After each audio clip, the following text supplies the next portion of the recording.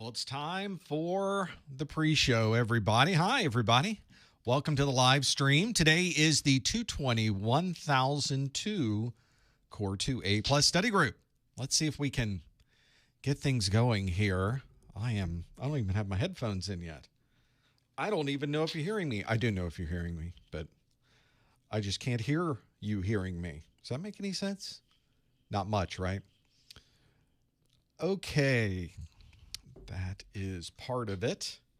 Let's plug in. Here we go.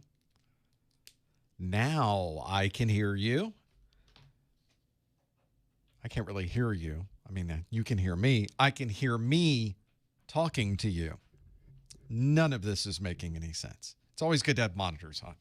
So at least I can hear what's going on. I think we're in pretty good shape here. We're recording down here. We've got streaming going. Hello, chat room. Hi, everybody. Hello, St. Vincent. Thanks for being here again. We've got some good Q&A today, all for the 220-1002. We got more details on, I have even more details on not only release dates, but retirement dates coming up. So we got plenty of dates. We have pitted dates. We have non-pitted dates. We have exam dates. We got lots of dates. Hello, Memphis and Edinburgh, Texas, and Bradenton, Florida. There's the Florida folks. How you doing? Solomon Islands, Guyana. We've got Springfield, Virginia. South Africa's checking in. More Florida. Hey, Florida folks. Good to have you here. There's Las Vegas. Welcome. West Coast here, checking in with LA as well. Hello, Cincinnati, Libya, Toronto. There's the Canadian contingent. Thanks for being here. Tulsa, Edinburgh, which is different than the other in Texas. I'm guessing. I'm guessing it's Royal Mile type Edinburgh. Cape Coral, hello. St. Louis, Missouri, welcome. San Francisco, Detroit, Brazil, Chicago, South Africa, more Toronto, Connecticut. A lot going on. A lot happening in the chat room. Thanks for being here, everybody. We've got all Q&A coming up. Top of the hour, we'll get started. This is the pre-show where it's kind of the shakedown cruise. I get to make sure that we've got recordings going, that nothing weird is going on with the video, and so far it's all looking very good. Streaming looks good on our new oversized 27-inch monitor. There's too many pictures of me in front of me. I don't know how this happened, but here it is. I do know how it happened. I just don't know about it. But there it is. It's a pretty good config. I think I've managed to get everything on the desk. There used to be streaming devices in another room. The only thing that's not on the desk is the camera that you're seeing here. The camera is in front of me. I mean, that is on the desk. The one that's behind me, though, clearly is not. So that's the only thing that is not currently on my desk. So we've managed to really consolidate everything into these two racks, and it's worked out better than I expected. So there's a little inside baseball for you there, for those of you. Hello, New York City and Italy and Puerto Rico and Denver and San Francisco Bay Area, which doesn't sound like San Francisco. It sounds like the Bay Area. Whether are you in Milpitas? Are you in Oakland? Are you in, what's the Grove there? I have to go back in my mind. I haven't been out to California in a while. I used to go out to the Valley every 3 weeks. I was landing in San Jose and going out to hanging out on Tasman Drive. Hello, London and D.C. Oh, we got a lot going on. Let's see. We got 5 minutes to go. 5 minutes. 5 minutes to go. Top of the hour is when we get started. This is kind of the boring part where you have to look at the back of my head. The whole thing is not quite.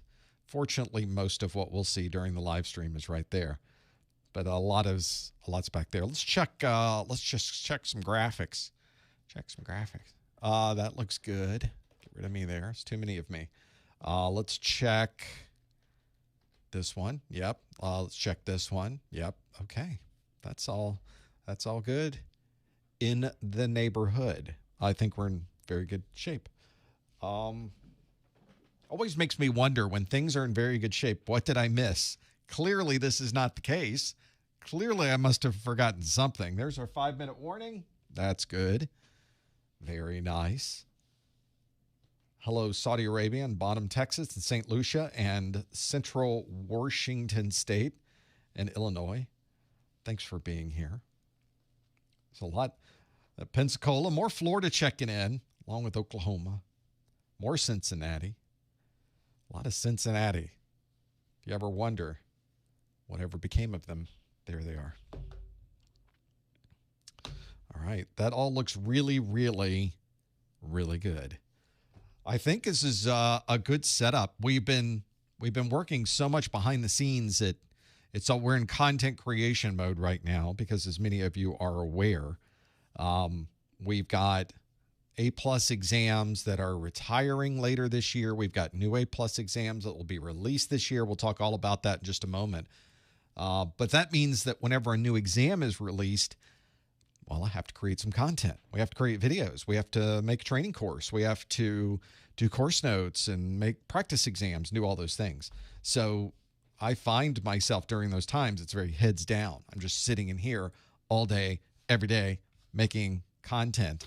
And so we're in that content creation mode right now, which is a really fun time. It's about, kind of churning through all of this new content, and here's some neat things. And, we're going to talk about this in the new version. I can't wait to make that video. We'll be shifting to video, making some videos of these very shortly. I don't know that they'll all be released shortly, but they'll certainly all be made shortly. Not all, most, maybe all. We'll see how it goes. When there's two courses, A+ is, there's two courses. There's the right now 1001, 1002, but there's a kind of a core 1, core 2. So there's a lot that has to be created. You're creating two separate training courses, which is a little different than if you're doing Network Plus. It's a little different, almost different than if you're doing Security Plus. Security Plus is getting so big, it almost could be 2 exams. It probably could be if that was the case. I understand why CompTIA might want to keep that to be 1. A+, though, definitely 2 separate exams. Some interesting things there. We'll talk about expiration dates, and because not only has CompTIA over the last weekend effectively released or announced the release date for the upcoming exams. They did that on Instagram. They have not officially done it on their website, but they mentioned it on Instagram, so I'm going to mention it because that gives me the right to say it now because they said it.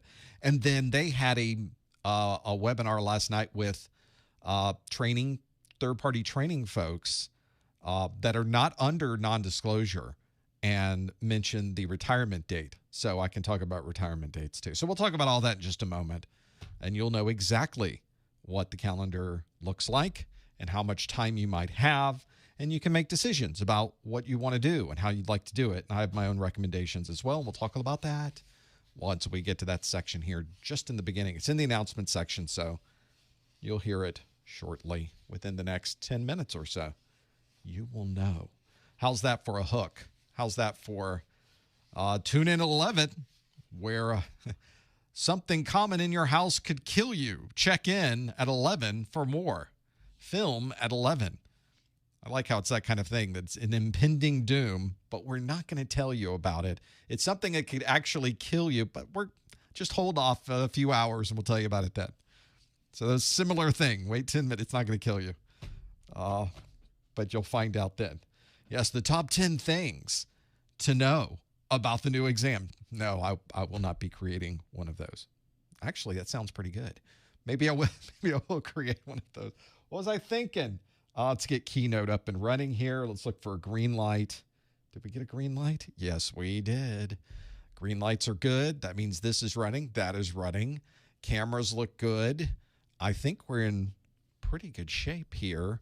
We'll be starting this show up pretty much now. I'm waiting for that to turn 12 over here. You can't. Yeah, you can see it. There it is. 12 o'clock, everybody. It is time to get things going, let's do a live stream. Here we go. Hello, everyone. Welcome to the March 2022 Professor Messer 220-1002 Core 2 A+ study group. It's always good to know exactly what we're talking about today, and today is all about Core 2. In this first hour, I'm going to ask you questions that come directly from the CompTIA exam objectives, and we have a whole system online where you can vote, you can put in your answers. We'll talk about why certain answers are right or wrong. It's a good chance to brush up on the things you need to know before walking into your 220-1002 exam. Well, also in the second hour, I'll open up the phone lines. Well, maybe not the phone lines, but the chat lines. I'll take questions from the chat room. And if you have any questions about anything we talk about today or about anything outside the scope of the CompTIA exams, we can certainly do that today as well. We've got a lot to go through. The first thing I'd like you to do, though, is to be able to answer the questions that will be presented to you today. And one way you can do that is to pop open a new browser window and browse to this URL, professormesser.com/QA. There's a question waiting for you if you go to that link, professormesser.com/QA. If you would like to use an app instead of your browser, there, of course, is an app for this. There's an app for everything. You need to download from your favorite app store the Socrative student app. That's the one you'd like to go to. That one will ask you for a room name. And the room name is Professor Messer, all one word, PROFESSORMESSER. Now, if you do all of that, you follow all those instructions, you use the room name, you do all of those things, there will be a question waiting for you there. We call this our rewind question because it's a question from last month. We get to make sure that you're able to get in and answer the questions and see what's going on. This question asks, which of the following occurs during the malware remediation phase?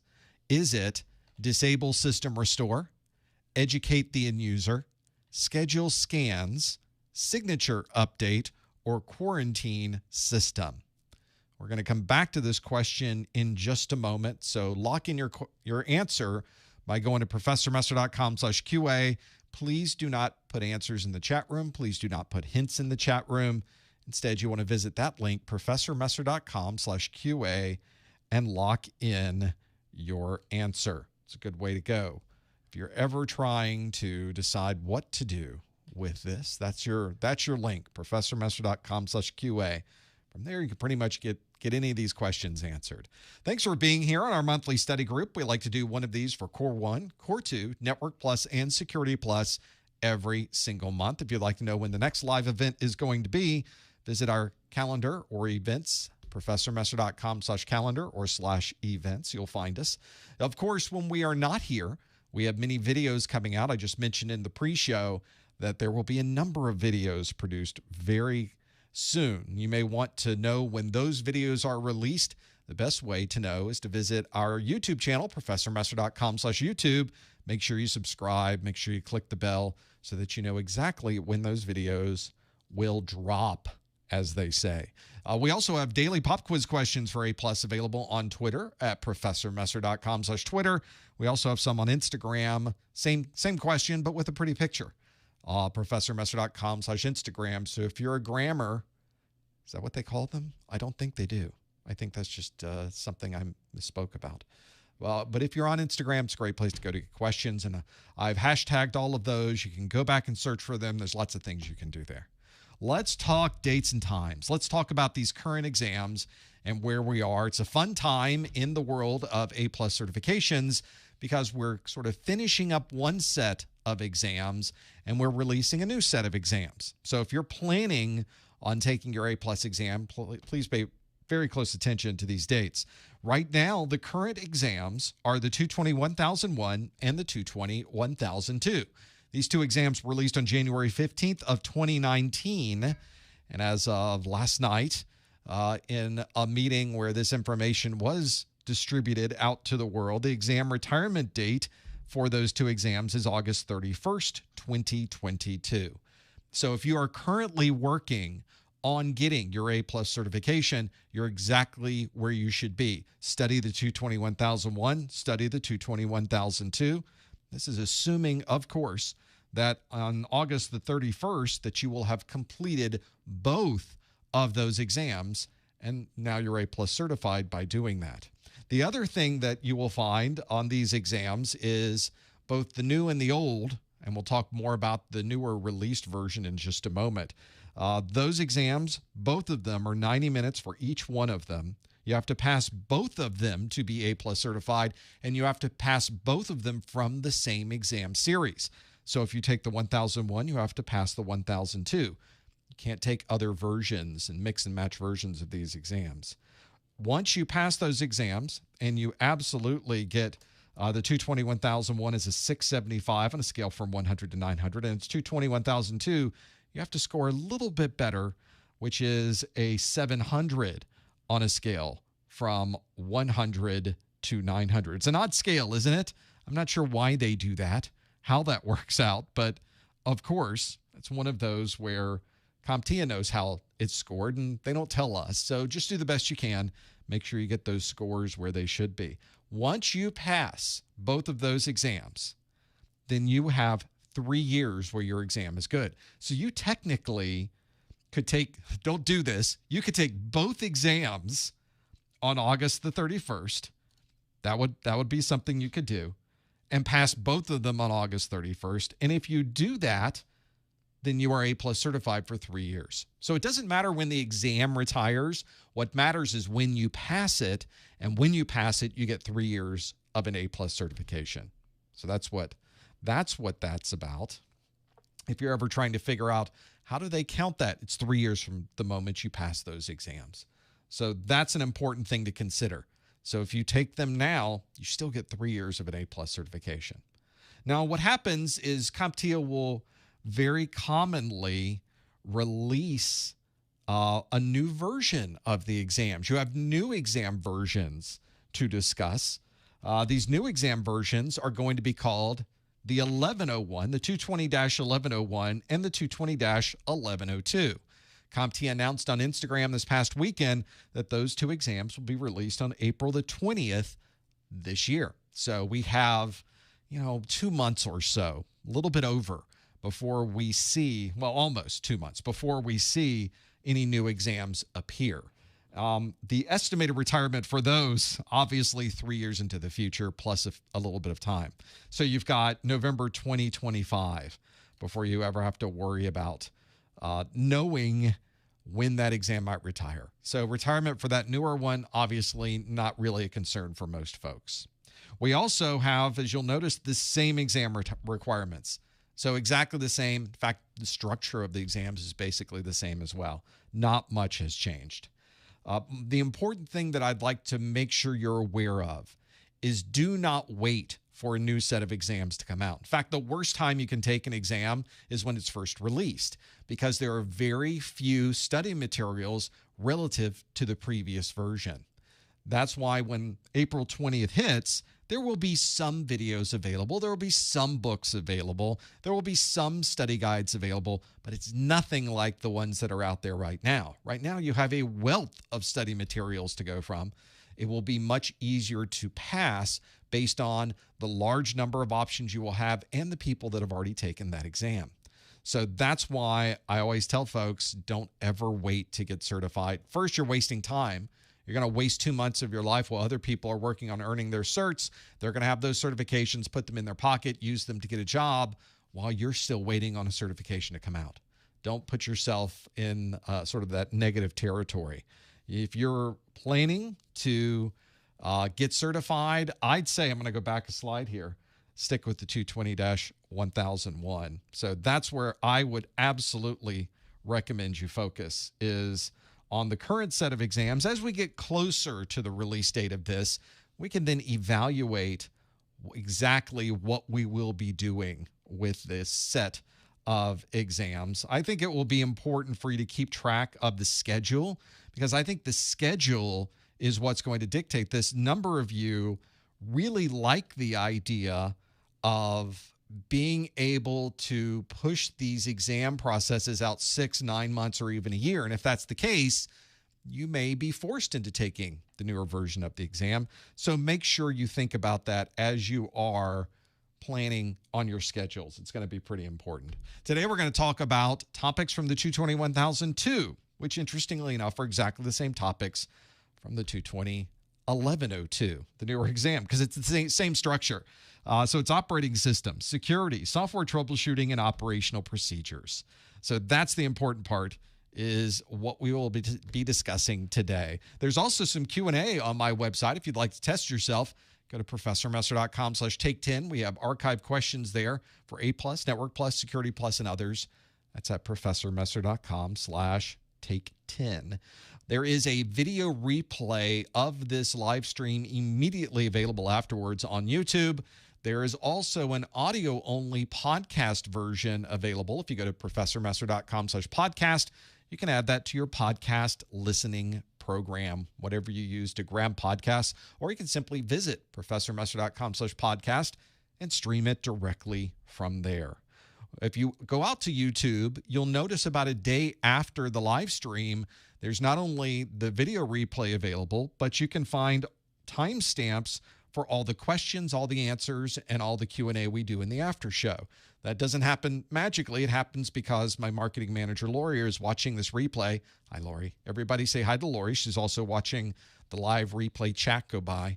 That is one where she goes back and she has to listen to this whole thing. Hopefully she listens at 2x speed and can find the timestamps and put them in there. It's a great way to hunt down and find exactly what you're looking for, and you can go back years to find those timestamps. When we're not here doing a live stream, we are on our chat. Go to professormesser.com/discord, and you can join us on the chat.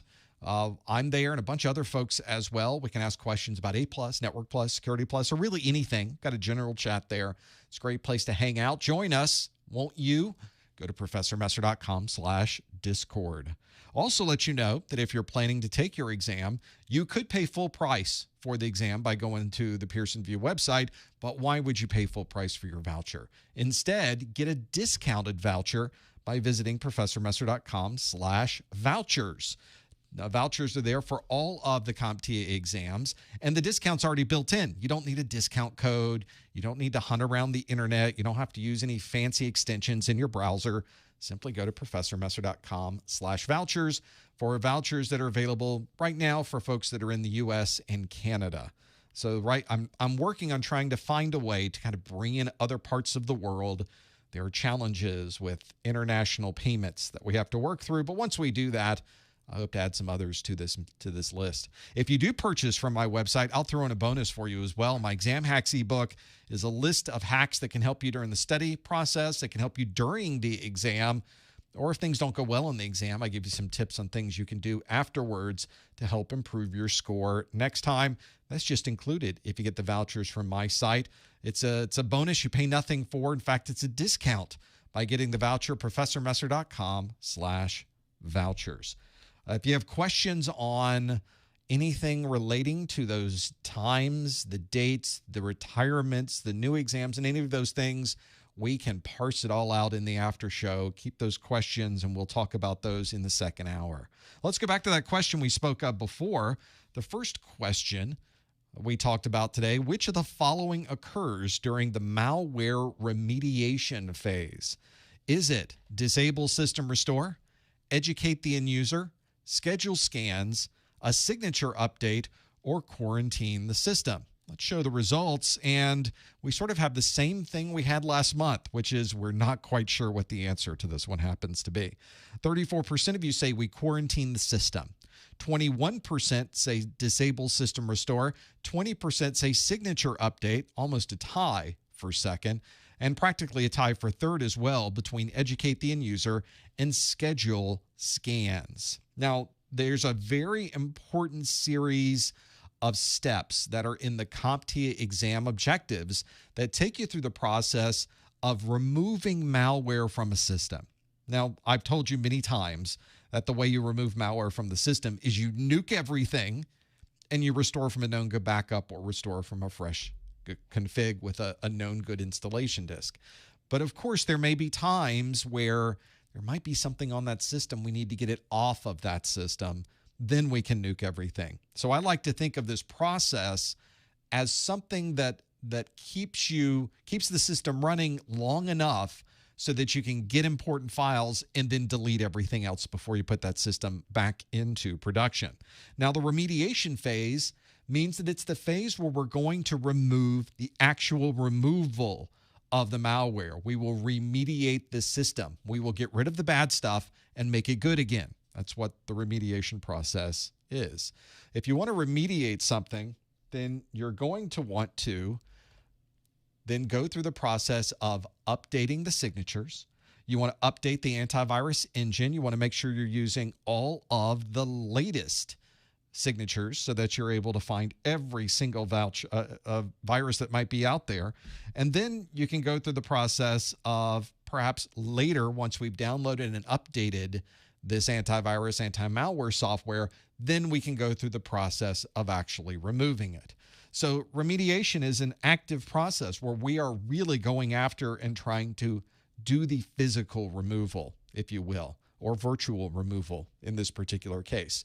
So if we look at the list of all the things that are here, only one of them really is associated with the remediation phase, which is phase 4. That is the signature update. 22% of you chose signature update. Quarantining the system is the very first, or really the second thing that you do during the malware process. First thing is you notice it has malware, because obviously you wouldn't do this unless you had a suspicion malware was on the system. The second thing you do is remove that system so that it can't touch anything else. You need to completely quarantine it. Quarantining a system doesn't remove malware. It simply makes the system its own little island. So the answer here would not be to quarantine the system. Disabling system restore is a step you do effectively right after that, because the virus could hide itself within the system restore files. And if the user was to do a system restore, they would effectively be reinstalling the virus. That's not what we want either. So disable system restore also doesn't remove any viruses. It doesn't have anything to do with the remediation phase. That's not the answer we're looking for. Scheduling scans happens after we've removed the malware, and educating the end user also happens after that remediation phase. So if you answered signature update, answer D, 23% of us got that answer absolutely right. There is an entire section on the process of actually removing malware, the malware removal process. It's in the CompTIA exam objectives. Make sure you're familiar with it. And of course, my video, section 3.3 of my 220-1002 videos, is an entire video on that process of how to remove malware, or at least the best steps of how to remove that malware. Well, one of the things we do, for those of you that have been here before on these live study groups, is you know that the questions that you get at the beginning of the actual exam, when you sit in the exam room, the first set of questions you get are not multiple choice like this one. They're not a question with multiple options. Instead, you get a handful of performance-based questions. Performance-based questions are anything but multiple choice. They might be a fill in the blank. They might put you at a command prompt and ask you to perform a function. They might be dragging and dropping things on the screen. It might be a matching question. There could be a lot of different ways to ask the questions, but they all come from the CompTIA exam objectives. Everything you need to know is in the exam objectives. So let's do a question that is a performance-based question. And the one I have for you today is a question that asks, it's a matching question that asks, match the scripting language to the most applicable description. So for those of you listening in the podcast, I'm going to step through all of these. You'll notice that there are 4 scripting languages listed, but there are 6 descriptions, which means there are a couple of descriptions that will be left over at the end. And for bonus points, if you even wanted to tell me which scripting language the ones we didn't choose were, well, then that's just better for you, I guess. I'll assign you or give you virtual magic bonus points on this, since the points don't matter, I guess. So the scripting languages are SH, PS1, VBS, and JS. See, I'm not really giving you the names of them, giving you the extensions in this case. They are SH, PS1, VBS, and JS. So I have 6 different descriptions. The first description is convert data in Microsoft Excel. The second is refresh the information on a web page. The third is modify Windows security settings. The fourth is automate a cloud application instance. The fifth is copy files between Linux systems. And the last one is move data between Windows computers. Now, if you think these are all in the right order as they sit, then you can simply put into the fill in the blank that I have for you 1A, 2B, 3C, 4D, and we're done. Now, that's obviously not the case, but that's how simple it is to answer this particular question. You can just match it up with the number and the letter, and you're good. Now, if you think you know the answer, there's your link at the bottom of the screen. You can lock in your answer by visiting professormesser.com/QA. Please no answers in the chat room. Please no hints in the chat room. We'll be able to step through all of these, do that matching, see if you know what the scripting is. Scripting's a pretty important one to know about. There's even more scripting on the newer version, or more things you need to know about scripting on the new version of the exam. So this would be an important one for those of you that are taking and planning for your A+ anytime into the future. So that would be useful to know all of these different scripting languages and how, most importantly, I think, how they would be used. You don't have to know how to script per se. You don't have to write code, if you will. You don't have to build your own automation as part of A+, but understanding the process of how this is done, what type of scripting you would use, and maybe what cases there are for using these scripts would be good ones to use as well. So put your matching together. I can see the different answers that are coming through. Not a lot. You can't Google this one. This one's not available on the internet anywhere. This is the first time anyone's ever seen this. So this is one that is not in the Google machine. You're going to have to figure this one out yourself. See if you can answer and match together the scripting languages and the descriptions. We'll have to see if you can do that as you step through this. I like the questions that are sort of multiple steps where, like in this case, I don't give you the actual scripting language. I give you an extension. Then you have to come up with the scripting language. Then you have to know how the scripting language is applied, and then you have to look at the descriptions to see where all of that fits together. This is a very common method that is used on the exam. You very rarely on the exam get a question that is laid out for you as a trivia question. Like, what does VBS stand for? What does JS stand for? You're never going to get a question like that. You'll instead get a question where you will need to know that in the process of solving a much larger question. That's sort of the scenario we have here, hopefully. So that might help you. Let's step through each one of these and see how you did with matching the scripting language to the description. Let's see how we did with this one. Let's start with the very first one, which is SH. For those of you familiar with the SH extension, that's something you would commonly see in Linux because it is a shell script. I guess in Mac OS as well. I use a lot of shell scripts in Mac OS. And so copying files between Linux systems could really be done in many different types of scripting languages. But in this particular case, we're obviously asking for the most applicable description. And I would say the most applicable description for a Linux-based script is to copy files between Linux systems. I think that one's pretty clear. Let's do the next one, which is PS1. That is not the IBM PS1, which was the precursor to the IBM PS2. Not difficult to know for all you old-timers out there. PS1 is modify Windows security settings because you are using PowerShell. That is the Windows, sort of the power user shell that's available. Most everybody knows in Windows you can go to the command prompt, but if you use PowerShell, you have additional capabilities because PowerShell is integrated more into the overall operating system. So there's ways within PowerShell that you can adjust other components of Windows. You can turn on and turn off services and modify the operation of the operating system itself. There's hooks into Active Directory, things you simply don't have at a normal command prompt. So very nice to have a PowerShell script, and modifying Windows security settings fit perfectly with the capabilities of PowerShell. Third on our list is VBS.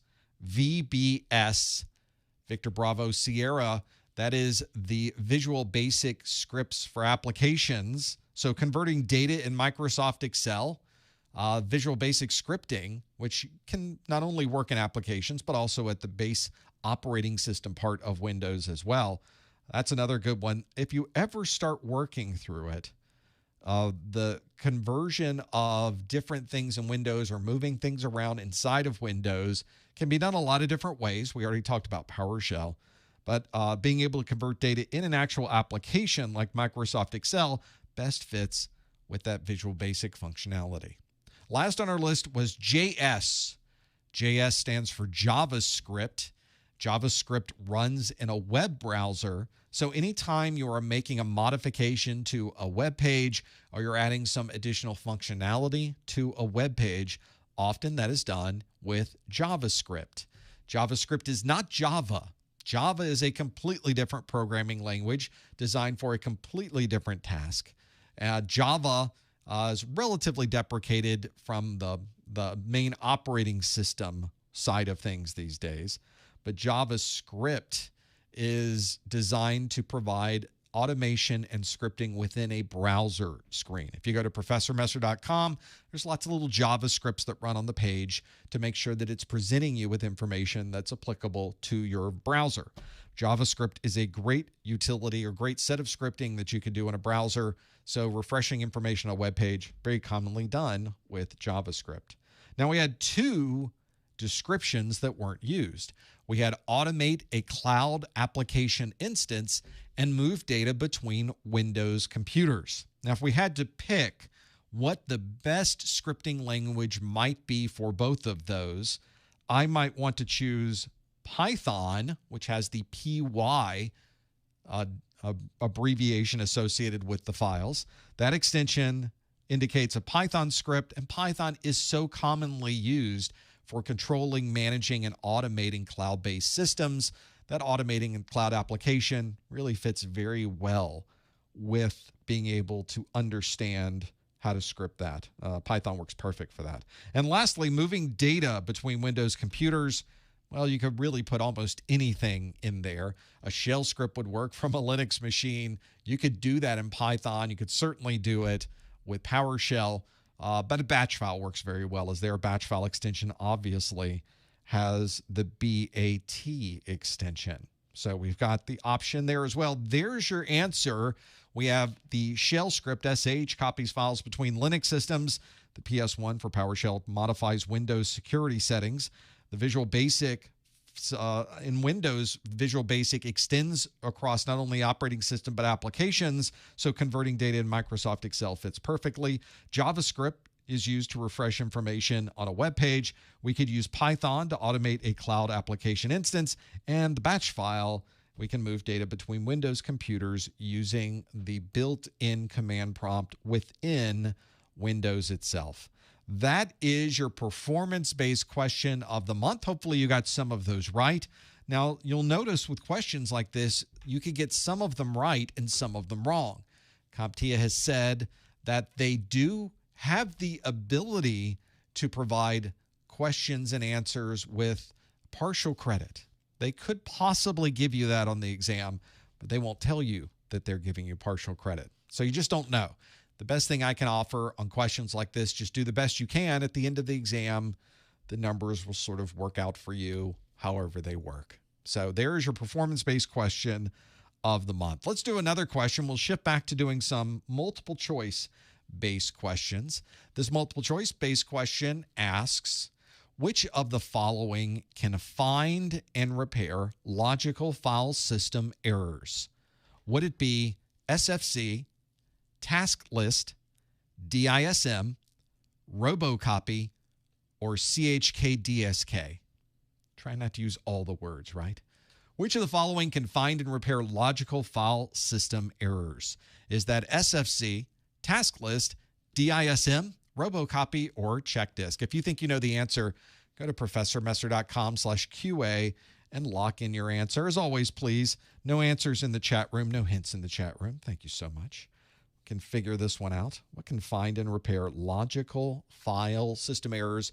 Visit that link on your page, professormesser.com/QA. There it is. And you can interactively lock that in. Now, obviously, that link is only available if you're watching this live. We would love for you to attend these live. Make sure you check professormesser.com/calendar, and you'll know exactly when that live event is. If you go to that link when we're not live, well, then there's nothing going on. You won't see anything in there, unfortunately. So sorry. But there is plenty to see if you are here during the live stream. That's where all the fun is, right, chat room? That's what we're doing, is having the live interactive Q&A. So I get to kind of watch as the answers come in, and then we all together get to see how well we do with these. Did I make it a gimme? Is it one that's a little more difficult? You know, we're having to kind of bounce back after that first rewind question that to be fair, I intentionally picked the hardest one from last month just to make it a little bit harder starting out. So we'll see how we go.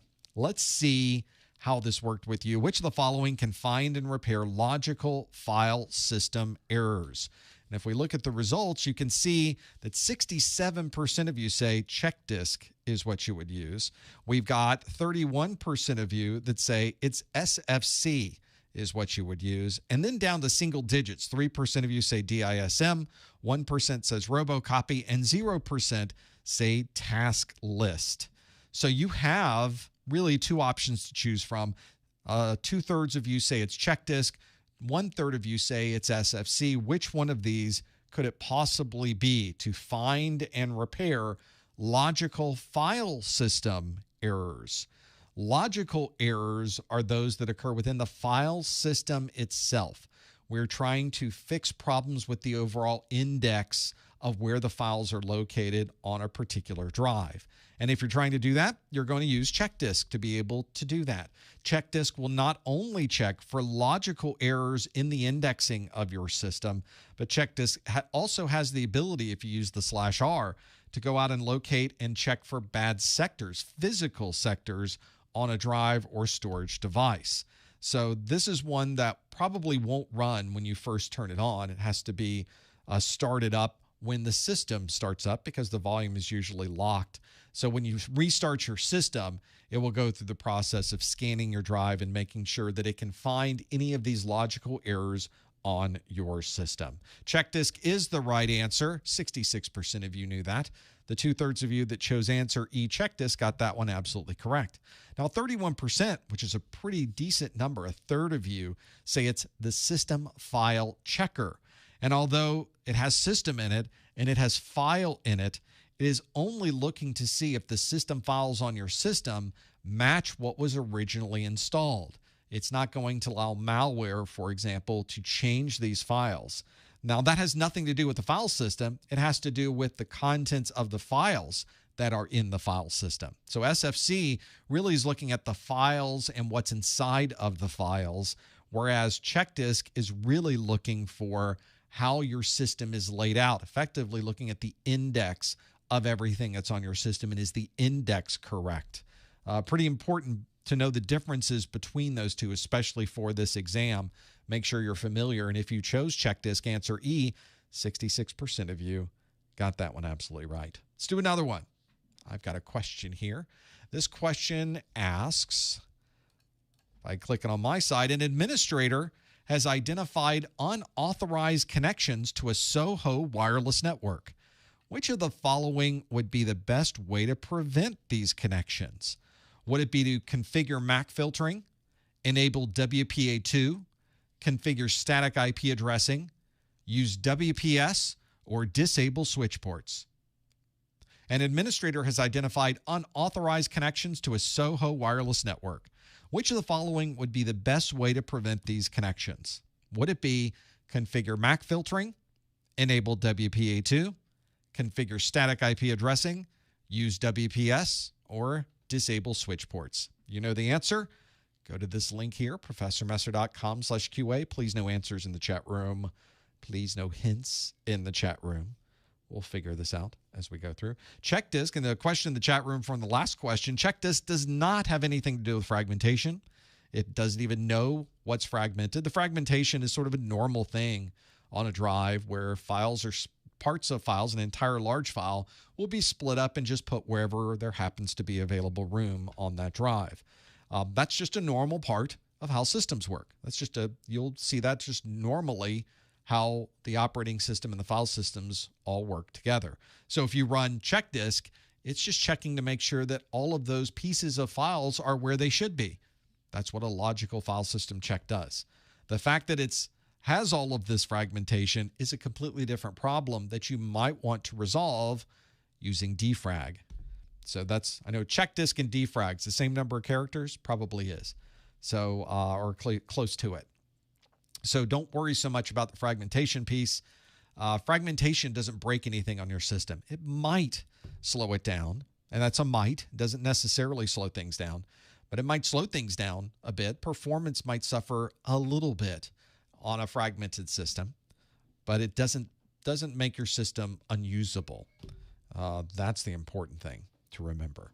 Let's see how a lot of you have answered this one. So let's jump into the answer with this one.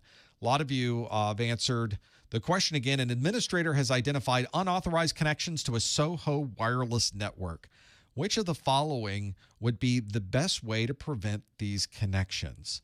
Would it be configure MAC filtering, enable WPA2, configure static IP addressing, use WPS, and disable switch ports? So this is one where we'd like to know how to make this happen. What do you think the answer is? We've got effectively a two-way tie for first. 47% say to configure MAC filtering. 45% say enable WPA2.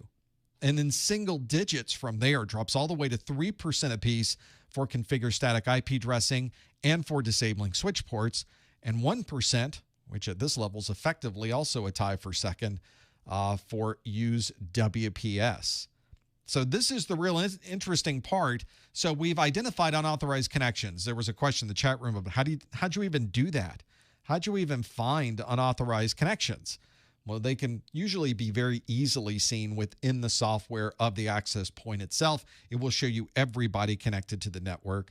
And then there's probably an administrator going through that list saying, wait, what is this machine? How is this one on our wireless network? I can't find it anywhere. That must be from somewhere else. So if we have a choice between configuring MAC filtering and enabling WPA2, what you would like to be able to do to prevent these users, the best way to prevent these users from connecting to this network is to turn on some type of encryption. Obviously, there's data going through the air, and if somebody is able to tap into that communication, since it's just in the air, they might be able to gather details about your network and perhaps even gather information on how to authenticate onto this network.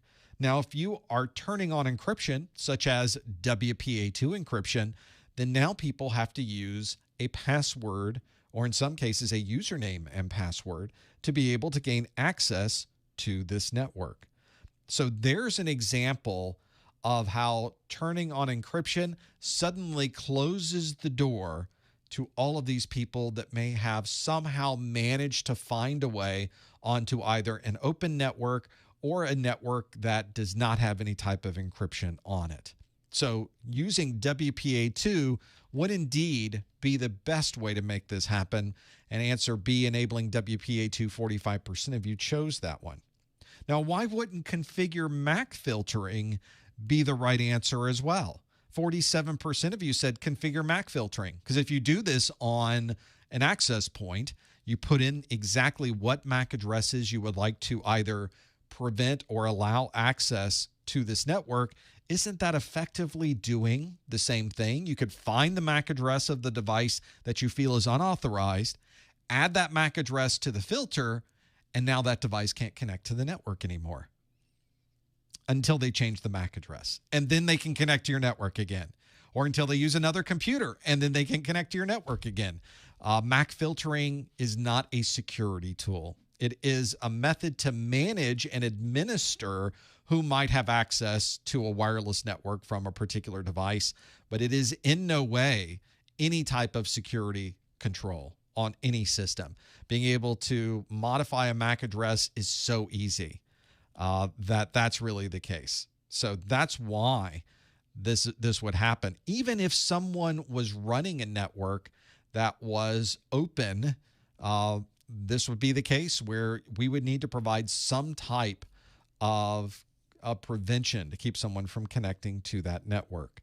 So in this case, MAC filtering doesn't provide any security functionality. In fact, none of these are really security features. Configuring MAC filtering is not a very good way to manage who can connect to a network because it's not a security function. Configuring static IP addressing doesn't prevent anybody from connecting to a network because it's not a security function. Disabling switch ports doesn't help us here. It's on a wireless network, so disabling switch ports is not going to help us. The only other security function in this list is WPS. WPS is a way to simplify the connection process to a wireless network, but it is not one that prevents anyone from gaining access to the network. If you know the WPS details and you can access or you know the PIN, you can get into those. The only answer here that makes any sense if you're trying to keep people off of a wireless network is to enable WPA2, and that was answer B, and that is the right answer. 45% of you got this one absolutely right. Well, as you've already seen in just the questions we've done so far, we have scripting, we've got troubleshooting questions, we've got wireless questions, we've got security issues. There's a lot going on here. And if you're someone who has looked through my videos, then you know there are 137 videos in my set of videos. That's quite a few. That's a lot of videos to go through, and there's a lot of content there, over 18 and a half hours of content to be able to go through. Whenever you start looking at that, you notice there's a lot in here that you would need to worry about. That's why I created my set of course notes. If I'm going to look through this PDF version of the course notes right here, all of the text, all of the charts, all of the important graphics, everything that you need from a video is in these course notes.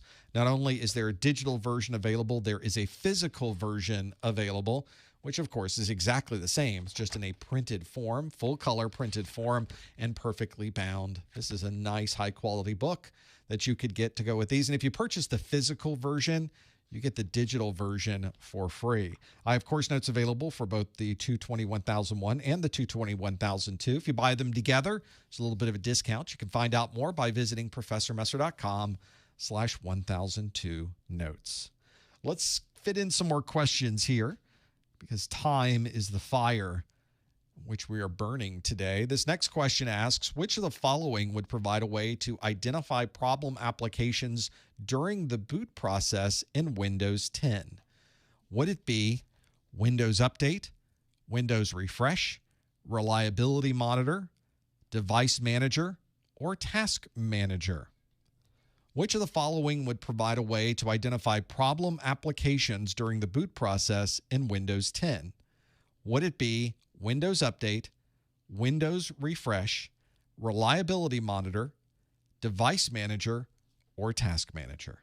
Now on this one, I could possibly choose two answers here. So we'll talk about why I could possibly choose into this list those two, and then I'll talk about which one I think it really should be. We'll go through this in just a second. I think you may be with me on this one. We'll see how you do. I can't see the answers. I see what you see. So I can't see the answers of what you're answering yet, but if you'd like to answer, go to professormesser.com/QA, lock in your answer right there. We'll figure out the details. This is one where you kind of do have to know all of these tools. Those are all 5 of those answers are real things. There is a Windows Update, a Windows Refresh, a Reliability Monitor, a Task Manager, and or Device Manager, and a Task Manager. There are all 5 of those things in Windows.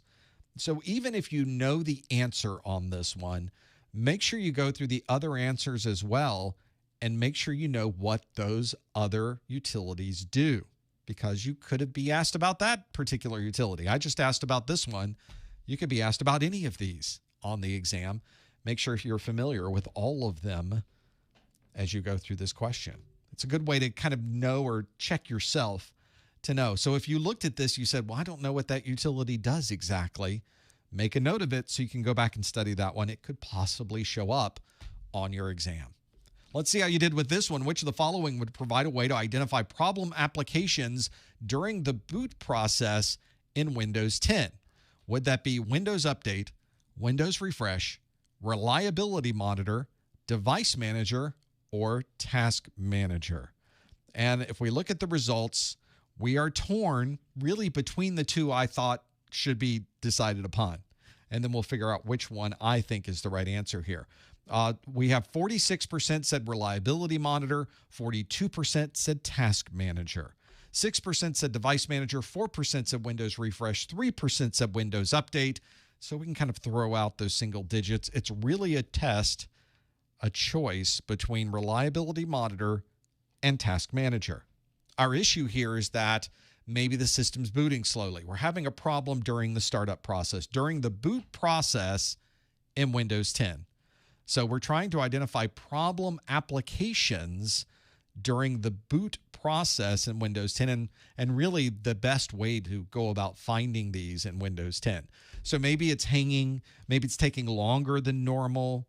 You don't notice that anything's blinking. It's just sort of sitting there. Maybe it's just idle for 30 seconds doing nothing effectively. We don't see anything happening on the screen. We don't see any of our hard drive lights flashing. We see nothing happening. The system seems like it's not moving.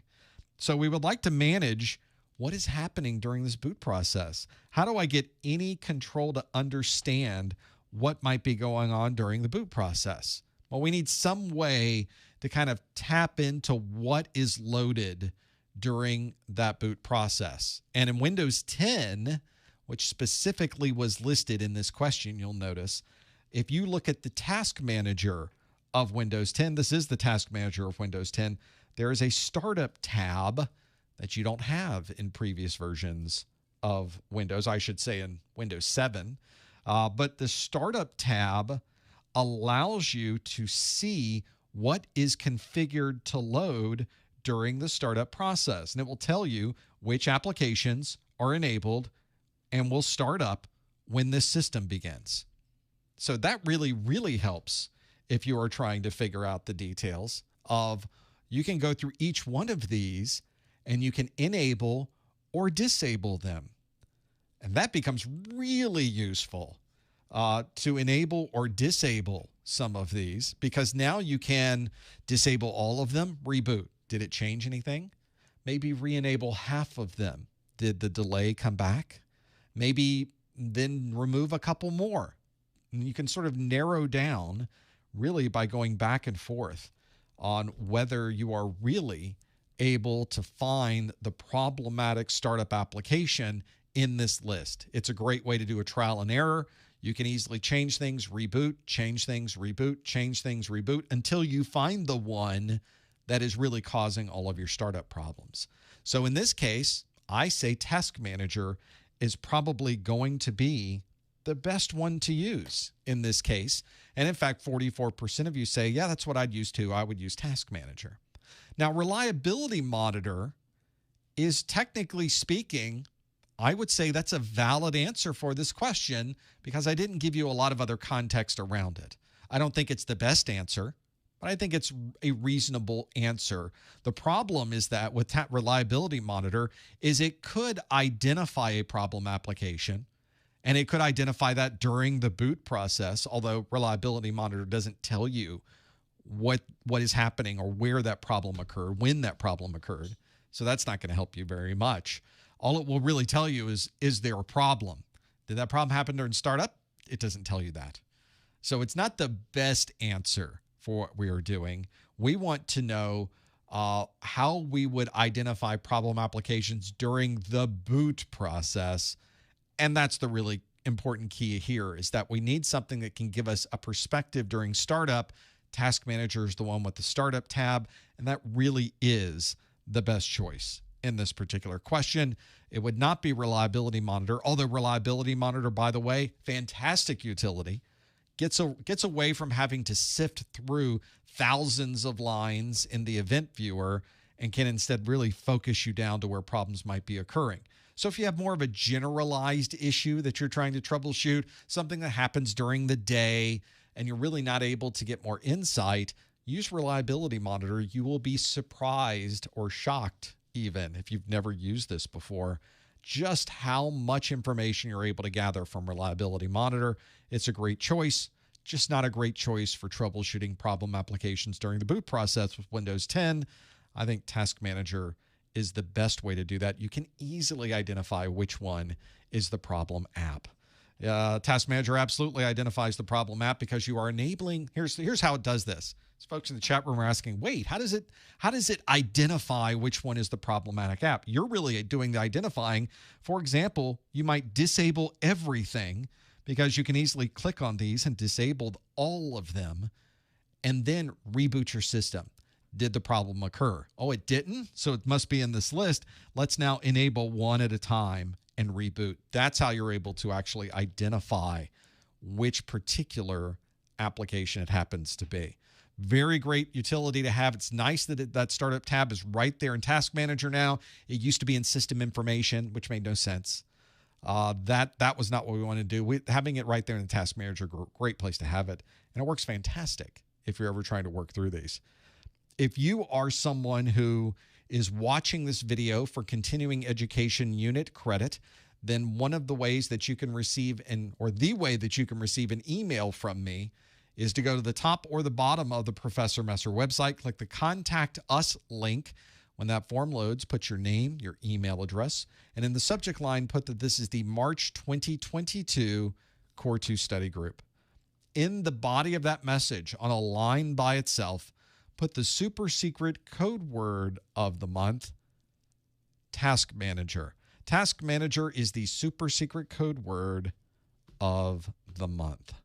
So that's one that might help you. If I ever get to the point where I'm trying to get those CEUs and accumulate CEUs, that's one way to do it. I realize a lot of you these days are using CertMaster CE, but I can turn these around in about a day, and I'll send you a webinar category CEU. You can only collect so many of those during a 3-year period, but if this helps you get to that end goal, I'm more than happy to help.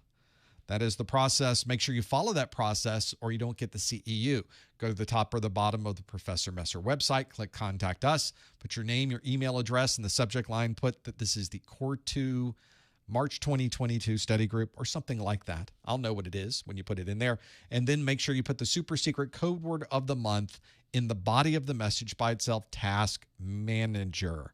Task Manager. And if you'd like to put anything else in there, you can absolutely do that. Task Managers our super secret code word of the month. Let's do another question, shall we? Now that all of you are parsing out what Reliability Monitor does, and I could use it for startup. It would be great. Yes, you could, but that wasn't the question. I need you to find the best way. This is a better question, perhaps. Really focus in on these. A company uses software that includes the source code and can be compiled as an executable. Which of the following would describe this software? Is that FOSS, DRM, PII, EULA, or GDPR? A company uses software that includes the source code and can be compiled as an executable. Which of the following would describe this software? Is it FOSS, DRM, PII, EULA, or GDPR?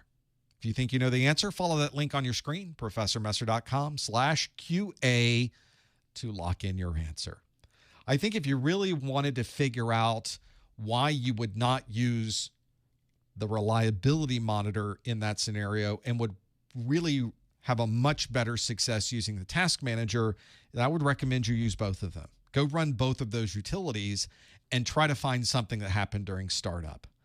You'll start to realize very quickly how Reliability Monitor is great for a much broader perspective of problems, but not for that specific troubleshooting task. You will find Task Manager is a much better way to troubleshoot startup apps than Reliability Monitor. So that's my recommendation. If I had to give you homework, there's your homework. Go run both of those and now find in reliability monitor the startup process and where it crashed. It's very difficult to do. Doesn't quite help you to that level of granularity.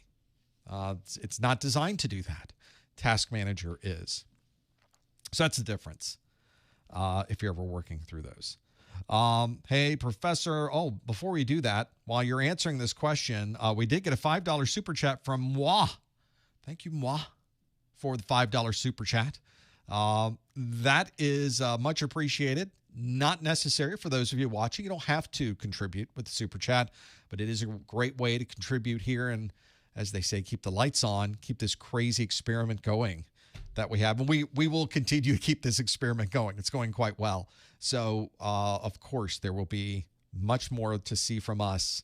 Not only these live streams, but some additional videos coming out as well. There's always something new. There's always something going on. So we appreciate that $5 super chat. Mwah. Thank you for doing that. We really do appreciate it. Let's look at this question.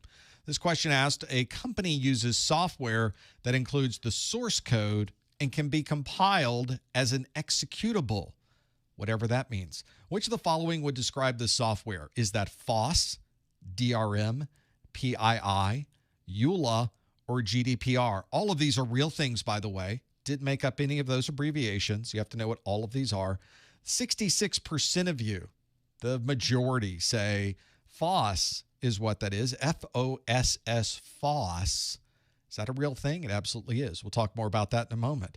11% said DRM. 10% said EULA. Almost a tie between those two. We'll talk about the differences and why perhaps they don't quite fit this answer. And then two-way tie for third between PII at 6% and GDPR at 7%. Well, if you are someone who is looking at a piece of software and you're installing it on your system, but you have no access to the source code, you're not compiling it yourself, maybe you get it directly from Microsoft and it's already an executable, then that's effectively what we call closed source. Most commonly, we call it just commercial software. You don't have access to the source code. In fact, if someone ever provides you with source code for something that's commercial, you may think, oh, wow, that's unusual. That's something you don't see. In fact, the only time you really see that is when someone has stolen the source code and they publish it online and it's a big scandal. So if it's something that is free and open source, this is where you can focus on. If you're ever working towards having the source code, you want to compile it yourself, you want to read through the source code, how does this actually work? And there have been cases where I have used free and open source software and I've found bugs that I went into the code to fix the bug, recompiled it, and now I have software that works just because I found the code, tweaked it a little bit. Obviously, it was not difficult. It was not a difficult bug. It was a very simple bug. But in this particular case, having free and open source software allows me not only to see and modify the source code, but then compile it myself so that I can have effectively the benefit of having access to that source code and being able to make that happen. That's why in this case, free and open source, that's 64% of you that chose free and open source is the one that you would use to have access to the source code and compile it yourself. Very easy. I do this all the time on my Linux machine, on my Mac OS machine. We probably don't do it enough in Windows. The Windows environment, the Windows ecosystem does not necessarily lend itself to have users do that, but it's absolutely doable. And I have compiled software and run it on a Windows computer as well. We got lots more in this list to go through. Let's have a look at some of the other answers. 10% of you said the end user license agreement. The end user license agreement is a contract between you and the developer of the software that dictates how you're able to use the software. It has nothing to do with being able to see source code, has nothing to do with how you can compile or not compile this particular software as well. And that's why in fact, I had that as a list on here. The EULA on this list was the one that determines how the software can be used. So if you're someone who is working through and trying to figure out what you should use on your system. May you have a choice between commercial software and free and open source. You can decide which one you would like to use for this. We also have on our list, 11% of you said DRM, the digital rights management. If you've ever worked with software that would not run unless you had a particular license, a physical license key, maybe a USB key that you plug in, or had some other method to be able to limit who could use that particular software, we commonly refer to that as digital rights management. The General Data Protection Regulation came in at 8%. The GDPR, that's commonly seen most often in Europe because that is the regulation that dictates how your data is able to be used in the EU. We have a number of U.S. companies that will at least try to comply with GDPR as well, because it's just a kind of a nice thing for users to have, which is access and control over their own data. But the GDPR has nothing to do with being able to see source code, has nothing to do with compiling source code as an executable. And then lastly, we have PII, personally identifiable information, something that would be associated with you as a person, maybe your home address, maybe your telephone number, maybe your social security number, something that's private to you, something that is personally identifiable to you. You're the only one who happens to have that particular driver's license number, for example. That is PII. Obviously, this is something you absolutely do not want to get in a situation where you're dealing with your PII being out in the world. That is the biggest concern most of us have with some of these hacks, is other people having access to our private information. That is the answer. Free and open source software. 64% of you got that one absolutely right. I know we're at the top of the hour. Let's do another question, though. I have another one in here. Before we go to that, the super chat, Alex in the super chat with a $9.99 super chat. Alex says, I just started my first IT job. Thanks to getting my A+ after studying your materials. Thank you. You're welcome and congratulations. I feel like I did the easy part. You're the one who had to take the exams. You're the one who had to go get the job. Congratulations on your first IT job. It's just the beginning. Oh, the fun is just beginning. It's all up from here. You're going to really enjoy that. And then Superiroth08. The chat room says $1.99 super chat says keep them lights on. I absolutely will. Thank you so much for Alex for the $9.99 super chat. Thank you Superiroth08 for the $1.99 super chat. I appreciate that. Thank you. And we will keep these lights on. We're going to keep this craziness going because why wouldn't you? It's so much fun. Let's do another question, shall we?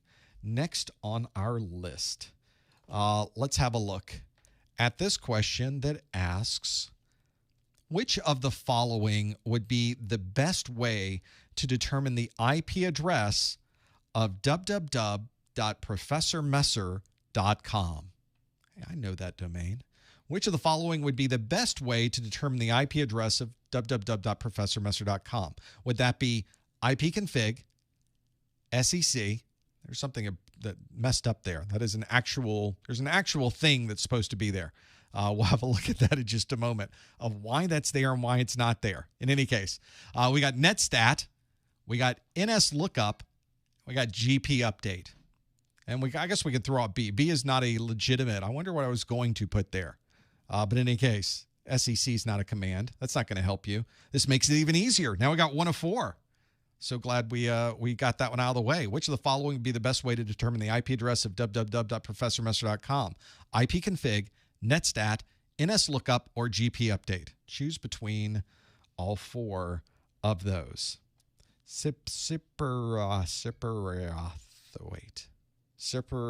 Call me. I'll be your voicemail announcement. Thank you for calling Sipper08. Please leave a message at the tone. Be glad to do that. Who wouldn't want that? To have that there. I didn't mean to put it as a dupe answer. It's not SFC. It was something else that was going into that list.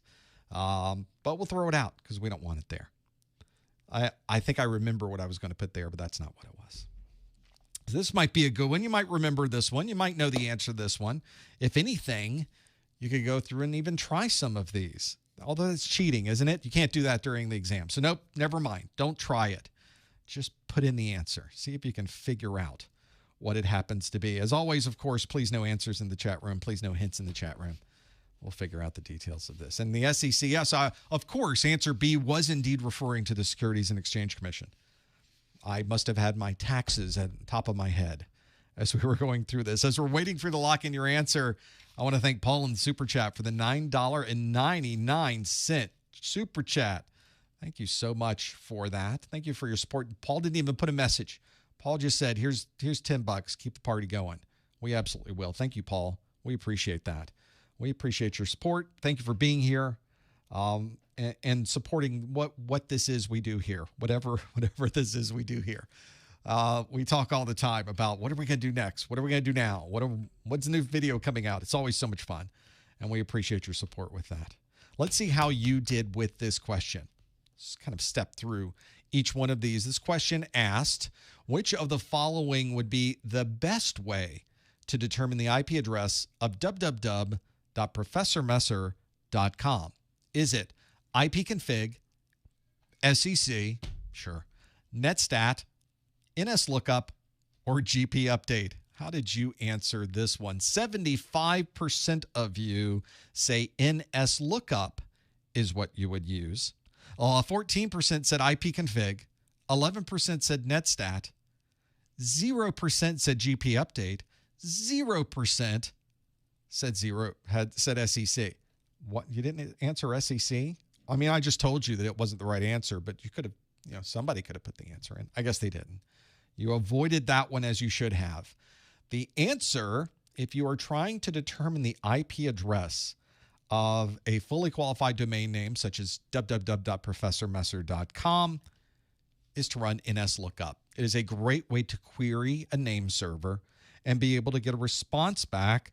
You can look up a name and get an IP address. You can look up an IP address and get a name, and there's a lot more in there as well.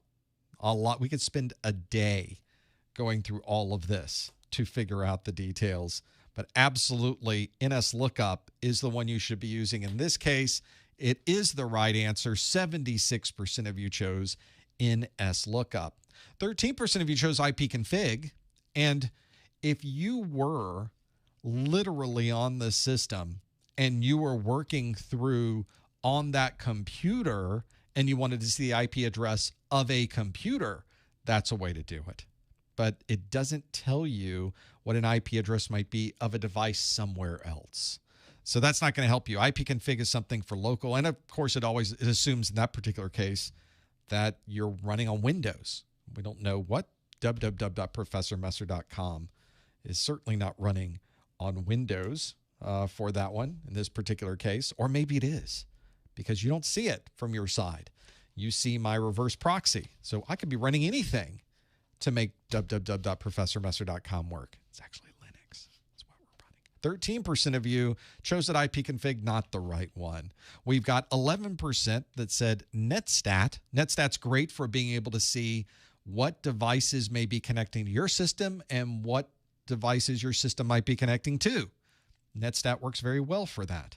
But netstat is not going to help you determine the IP address of www.professormesser.com, at least not easily. There is a way to make it happen, but you would have to hope that either you or someone else is connecting to that particular site. That's not a good way to do it. So netstat would not be the way to do it. And then GP update, if you're planning to push out a group policy, if you're running on an Active Directory network with Windows, group policy often needs to be updated once you make a change. GP update provides you with that functionality, but it doesn't tell you an IP address of a fully qualified domain name. The only answer here that does that is NSLOOKUP. The 75% of you that chose D chose exactly the right one. NSLOOKUP is available on really almost any operating system at this point. You can find it on Linux, on Mac OS, on Windows. It runs on practically anything. I know that if you go over to Linux, some systems have already deprecated the use of NSLOOKUP. And on those systems, you often find DIG being available, DIG, which is effectively the replacement for NSLOOKUP. It works a little bit better. The output looks better. It works better. NSLOOKUP is a great way to do it. So that's what I would recommend if you were someone working through this, is the NSLOOKUP command. That is the right answer, and 76% of you got that one absolutely right. Well done. There are a lot of topics on this exam, and one of the things I constantly tell you is you need to get your hands on the list of topics. Fortunately, CompTIA gives them to you for free. Can't beat that, right? So go out to professormesser.com/objectives, follow that link to take you over to the CompTIA website, or simply go to your favorite search engine and type in CompTIA exam objectives. It'll take you right to the page. You can download them there. It is so easy to grab those. So simple. Make sure you get those. They are full of information. They have everything, a list of everything you need to know to pass your exam. And I will dare say that if you're someone who is has memorized every single topic and you know every single bullet that's in these exam objectives, you're going to do fine on the exam. You're not going to have any problems with this exam. Pick those up there at professormesser.com/objectives. One thing that we've done today is go through a number of questions and answers. And one thing you'll find, especially on the internet, is a number of practice questions just aren't very good. So I really kind of took it upon myself to create my own book of practice questions. Oh, it's a big one. 380 pages of 3 separate practice exams. It's published as a PDF or as a physical book. And again, if you get the physical book, you get a copy of the digital version for free. Let's do a question from that book. I'll show you how this works. I'll bring up a copy of the book. I've got one here. We'll do question A9. Again, no answers in the chat room, no hints in the chat room, but we'll step through it. The question asks, a student would like to prevent the theft of their laptop while studying at the library. Which of the following security methods would be the best choice to protect this laptop? Would it be biometrics, a locking cabinet, a USB token, or a cable lock? Got 4 options to choose from there. Now, if you just wanted to know A, B, C, or D, you could mark it in here because you've got annotation features in your PDF writer or reader, depending on what you're using. You could click a link for a quick answer that would simply take you to page 33 so that you could see is it A, B, C, or D. I like to choose the full complete option on these to really understand it, where it tells me the question again, a student would like to prevent theft. Is it biometrics, locking cabinet, USB token, or cable lock? And here it tells you the answer is D, cable lock is what you would use in this case. Now, if you get to this point when working through these, you'll get an answer, and then you get a description of why this is the right answer. So this is the real key, is stepping through each one of these and really understanding it. Now, the problem I have when I take these exams is that I always get it wrong. And the problem is whatever I'm using to take these exams doesn't tell me why it's the wrong answer. It only tells me why the right answer is right. So in my book, I take every single incorrect answer and I explain to you why the answer is incorrect. This is why if you ever go into this, you will actually learn something when you get the question wrong. And you might even learn something if you get the question right, which is really what I was shooting for here. You're effectively learning 4, sometimes 5 different topics on a single question, which is something you simply don't get somewhere else. And if at the beginning of this, you really just don't even understand the question that's being asked, at the very bottom of this list is a QR code. You can try this right now with your phone. Just open up your camera, point it at the screen. Most cameras, you don't even have to click anything. It will give you the link for the QR code, and it will take you to the video that describes the topic where this question came from. So you're covered all the way through. You know the question, you know the answer, you know why it was the right answer, you know all of the wrong answers, and you know why each one of them was the wrong answer, and ultimately you have a place to go to get more information directly at the video. This is my course notes and practice exams. So if you are someone who is interested in the course notes, you think, I want practice exams as well, they're out there. In fact, if you buy them together, there's a little bit of a discount in there with all of those. It's a PDF file, so it's a book. So you keep score yourself. This is not something you would automate or have online. It's not designed to be that way. I wanted to have this available to as many people as possible. So this is not, online. It's not a web browser. It's not an executable in Windows. It's not something you have to run in another operating system. There's no software to maintain. It's a PDF. Everything is in this book ready to go. So that's the key.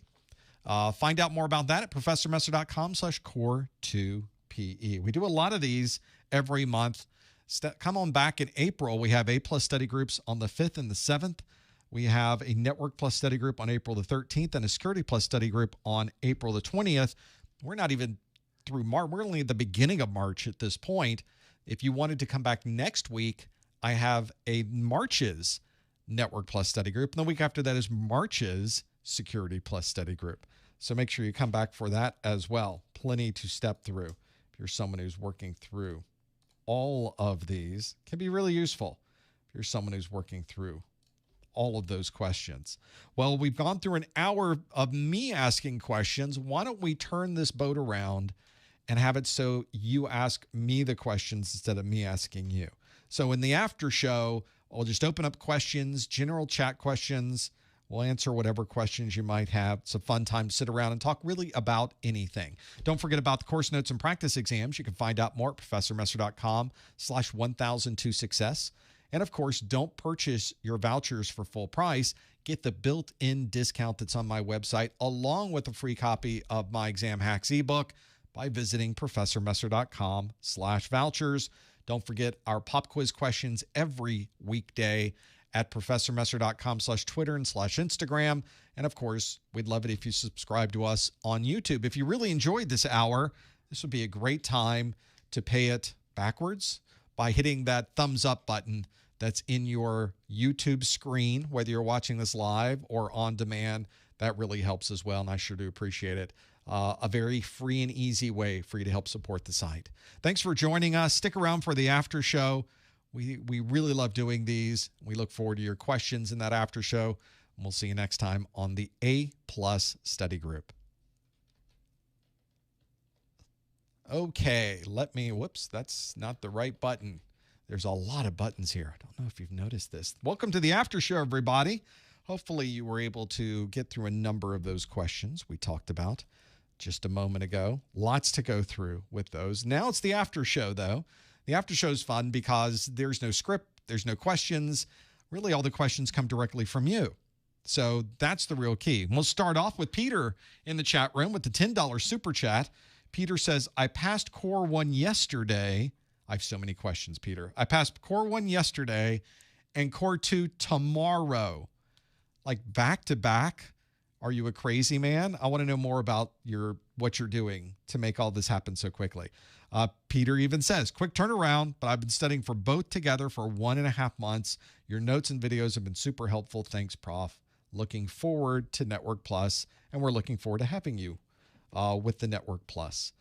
Plenty to go through there. So I'm really curious about this. That's a lot of information in a very short period of time. It's very unusual for somebody to do them back to back. So I'm very curious, Peter, in the chat room, if you have a way to chat this out. I would love to know if you had experience already in the industry. Did you go to a class? What really drove you to doing them back to back? Because I've mentioned before in the study group, don't do them back to back. Don't kill yourself that way. Study for one, get it finished, pass it, and you can kind of put it aside and then study for the next one.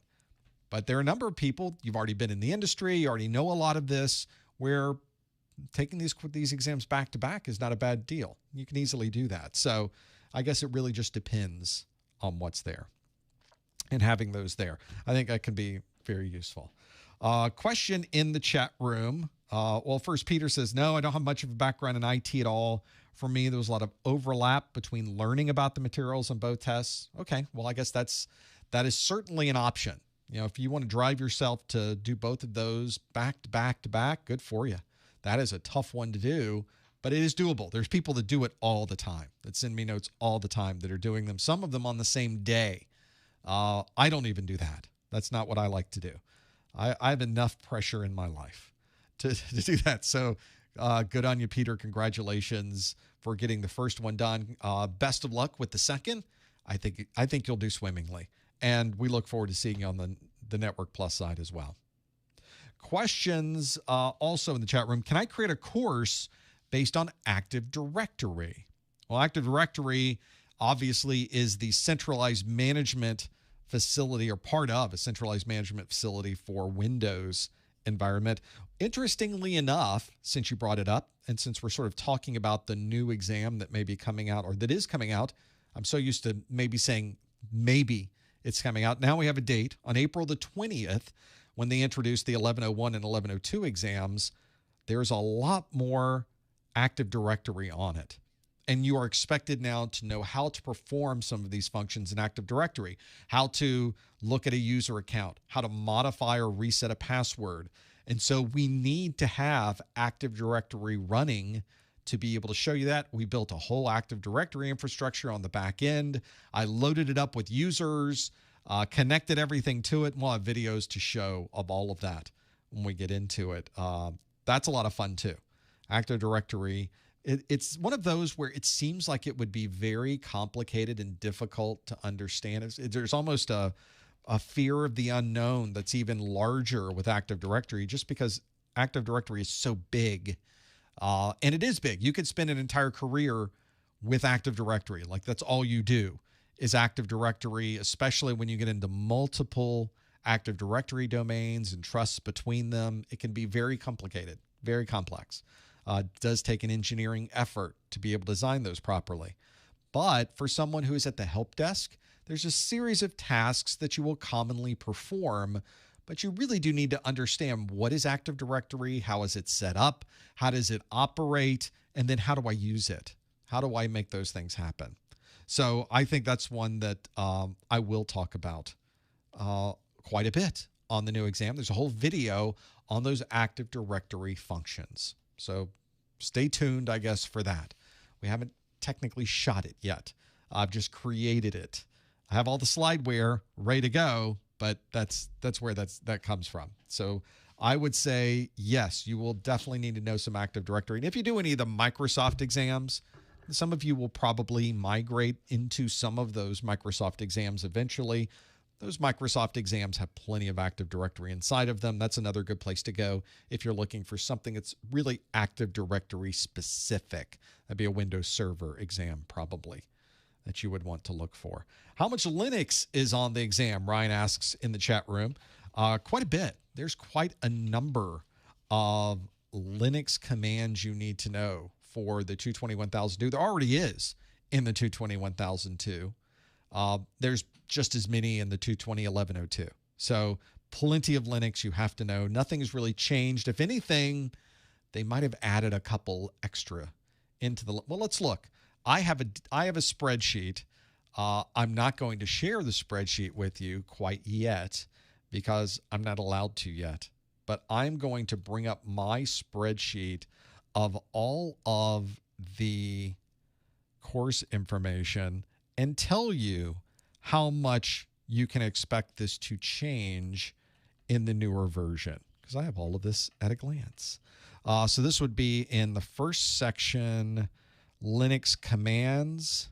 There are. So all the Linux commands you have to know now on the 1102, 1, 2, 3, 4, 5, 6, 7, 8, 9 more. Yeah, they did extend it out quite a bit. I wouldn't say it doubled, but there's plenty there that you would still need to know. You're not going to get fewer Linux commands. You're going to get more in the next version. So passing the current version may be a little bit easier on the Linux side. Also a question in the chat room from Shifty YT asks, already have my 1001, but what happens if I'm not able to pass the 1002 by August 31st, the retirement date? Well, I have to now reset everything and take both the 1101 and 1102, or can I just take the 1102? Well, as you are probably suspecting, you cannot just take the 1102. If you don't pass both of those exams by the retirement date, you have to start all over again. So that's why I tell you to check your calendar, check your schedule, make sure that if you are starting the process of learning this content, that you will be able to finish both of these exams by the 31st of August. That's what you have to do. So right now, that's plenty of time. On average, that's plenty of time, is August 31st is when they retire. I'm using a very specific retirement is what we're talking about. Now, once you pass your exams and you become A+ certified, your certification is good for 3 years. So when we talk about an expiration date, we're really referring to a certification that you have already earned. So you would have a 3-year expiration date once you are certified. So the certification expiration has nothing to do with an exam retirement. Those are two different things that happen in two different universes. So when you're studying, you're in the taking the exam retirement date universe. And as soon as you pass your exams and earn your certification, now you're in the expiration date universe, which is a different world of keeping track of things. So those are your things that are most important. You have to know when the new exam's coming out, when the current exam will be retired. And then if you pass either of those, your certification's good for 3 years. And then after that 3 years, the question in the chat room, do I have to take the exam again after 3 years? You could, but nobody does. There are so many different ways to renew your certification that the last thing you would want to do is take both of these exams again. In fact, very few people ever do. Once you've finished taking the 2 exams, you're good. You're certified A+. And then you will do, there's a number of things you can do. You can take a higher level exam. You can take a third-party exam. You can take CertMaster CE. There's all these different things you can do to renew your certification. And taking the exam is the hardest one. So don't do that unless you really are you're into it. Yeah, I'll take the exams again. That's what I'll do. I guess some people do that. Not your best bet, but it is one that is an option. You could take the exams again. I just would recommend that you don't do that. That's not what you're shooting for. So another good question in the chat room, since we're talking renewals and different versions of exams, will my 220, 1001, and 1002 still be relevant to employers? And what I have found throughout the years doing this, I've been doing this for almost 15 years now, employers do not care which exam you take. The employers really don't care what exam you take. What they care is that you are certified. Let's take an example of this. What if I took the 220-701, which was like 9 to 12 years ago? I took that and I earned my A+ certification.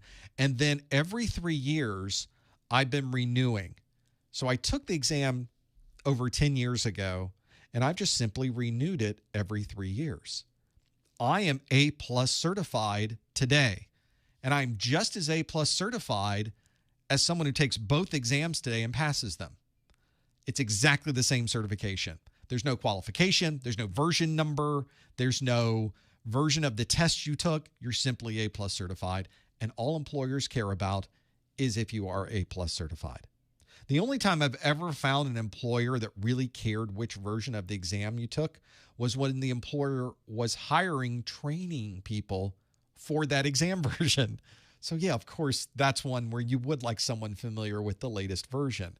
But for the vast majority of employers, they don't care as long as you are A+ certified. Since we're also talking about renewals in the chat room, will passing Network Plus renew A+?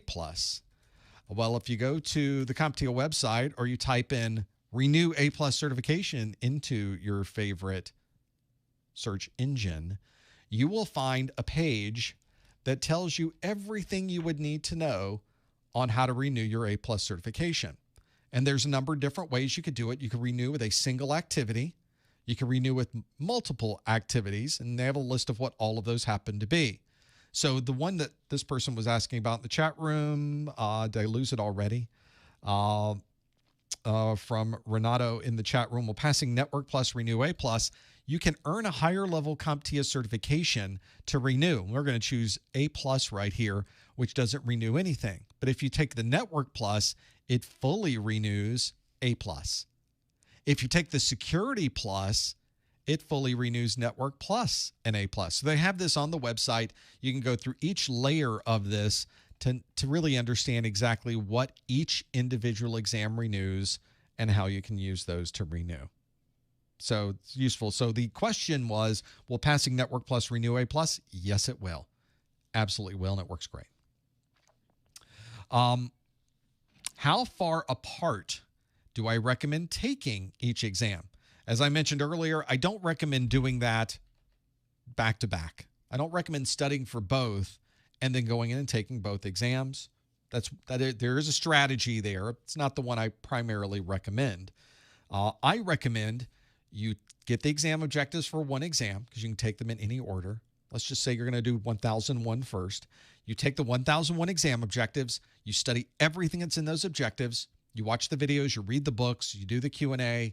You do some hands-on. You understand everything that's in there.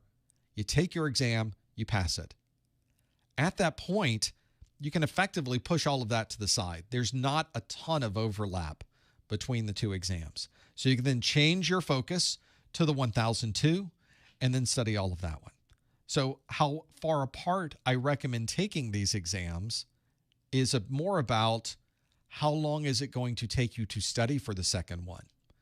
That's how long I would recommend. Make sure, as long as you know everything in the exam objectives, that's how long it takes. Some people know everything in the exam objectives in 2 weeks because they're in the industry. They've done this for a while. Some people can memorize everything they need in a month. Some people need 3 months for a single exam. Some people need 6 months or more for a single exam. Everybody's a little bit different. Everybody has different time to study. They have a different process they use for studying. And so it could take you quite a bit of time. So it might take you 6 months for the first exam and 6 months for the second exam.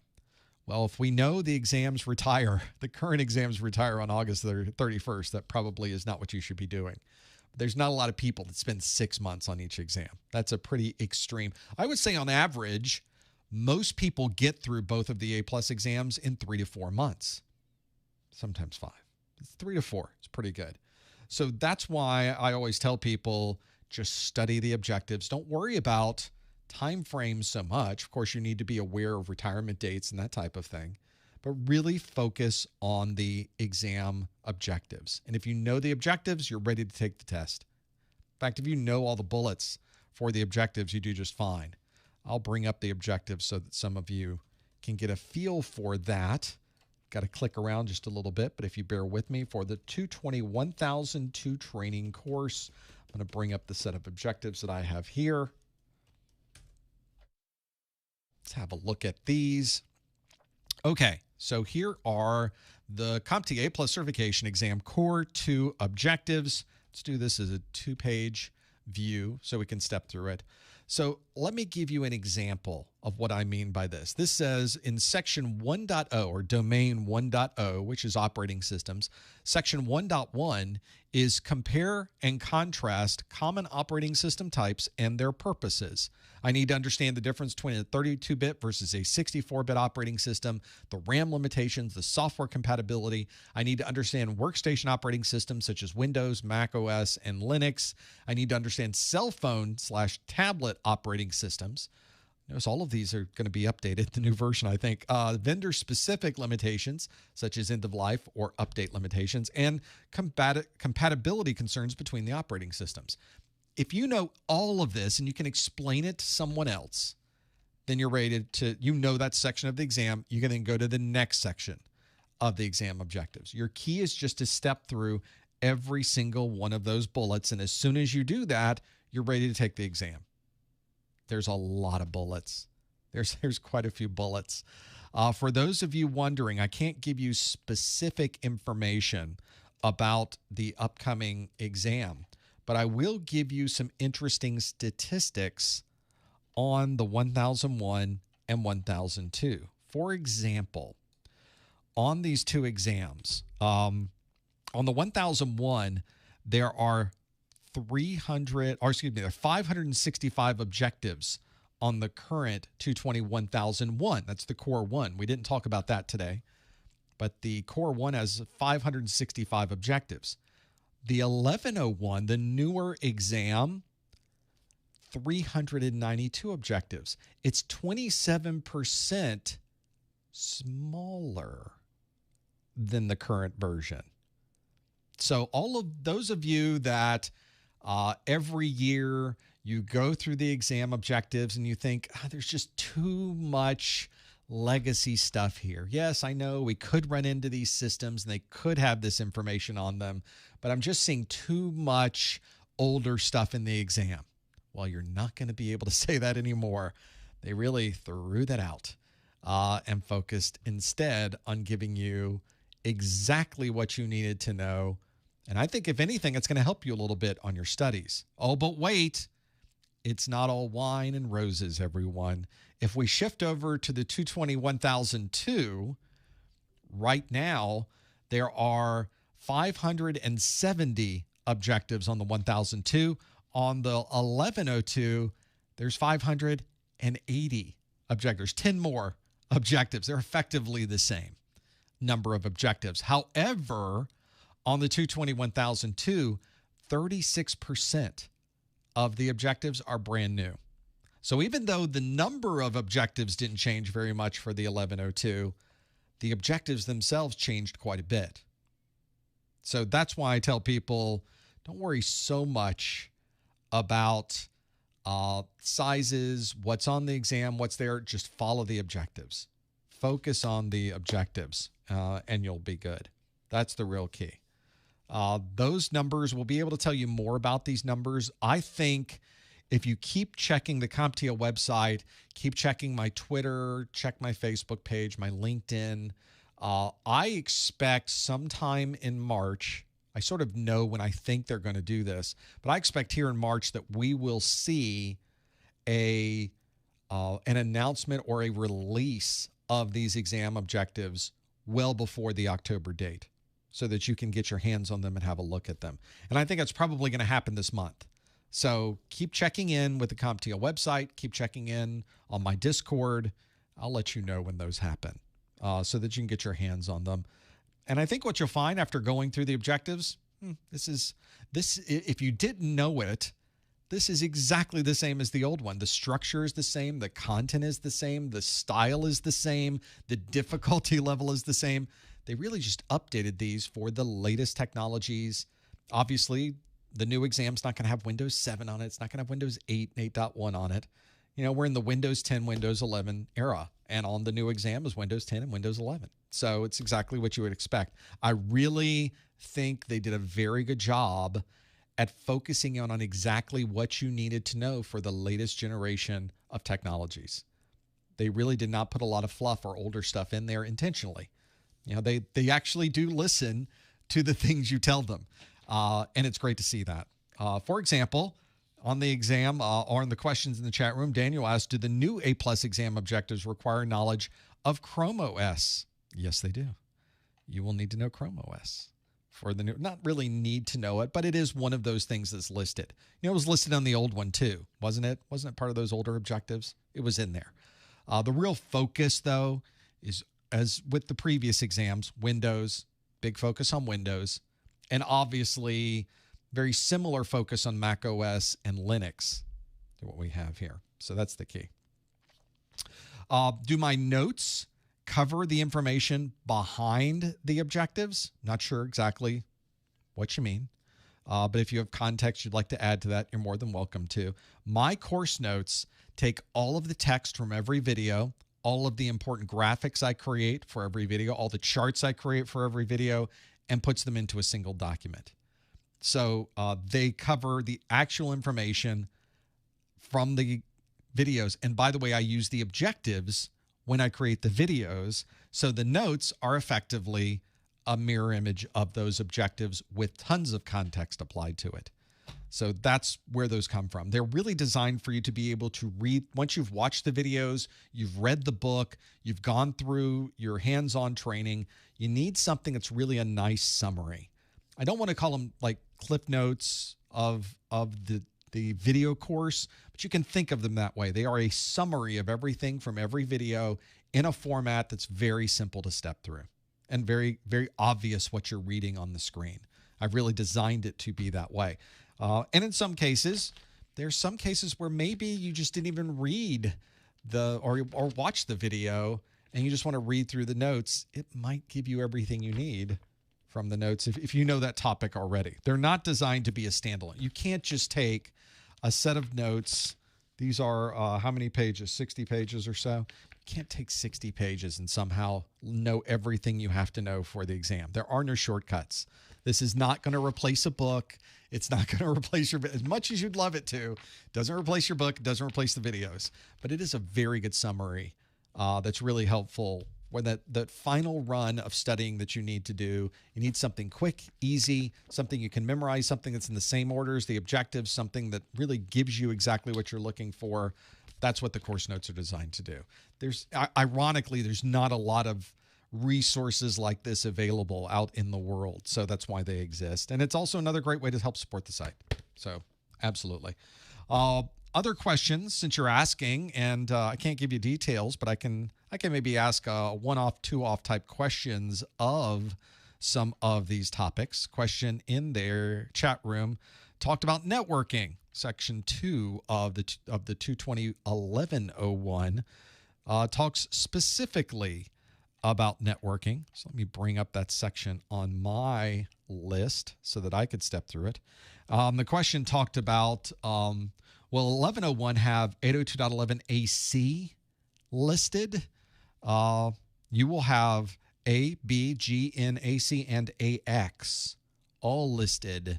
So we add more. We add on another wireless standard. The 802.11 AX is included on the 220.1101. So you do have to know that.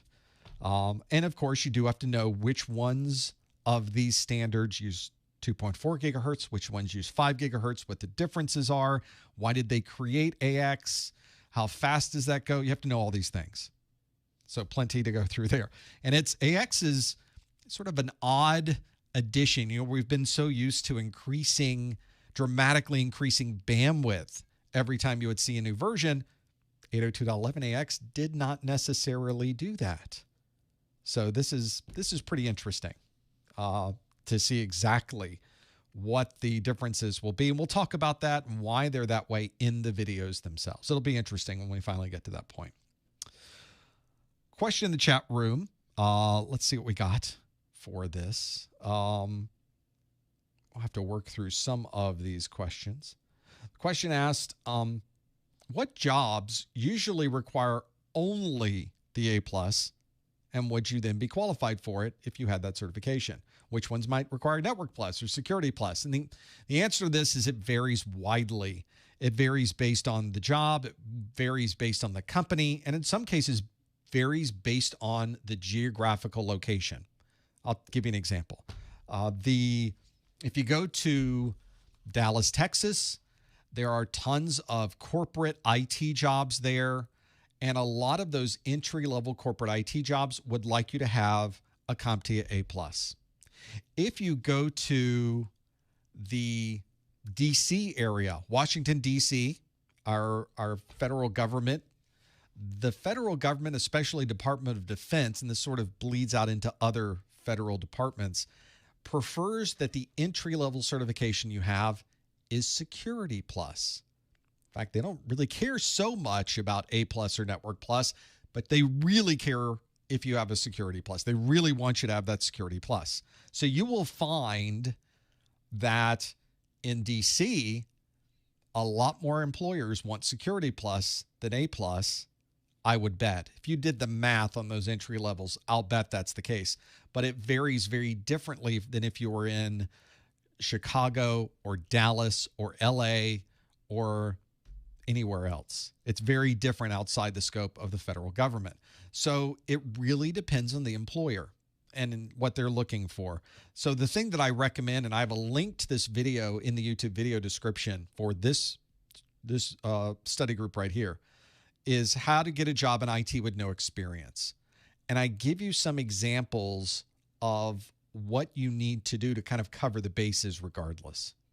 So that's what I would recommend for you as well, is have a look at those.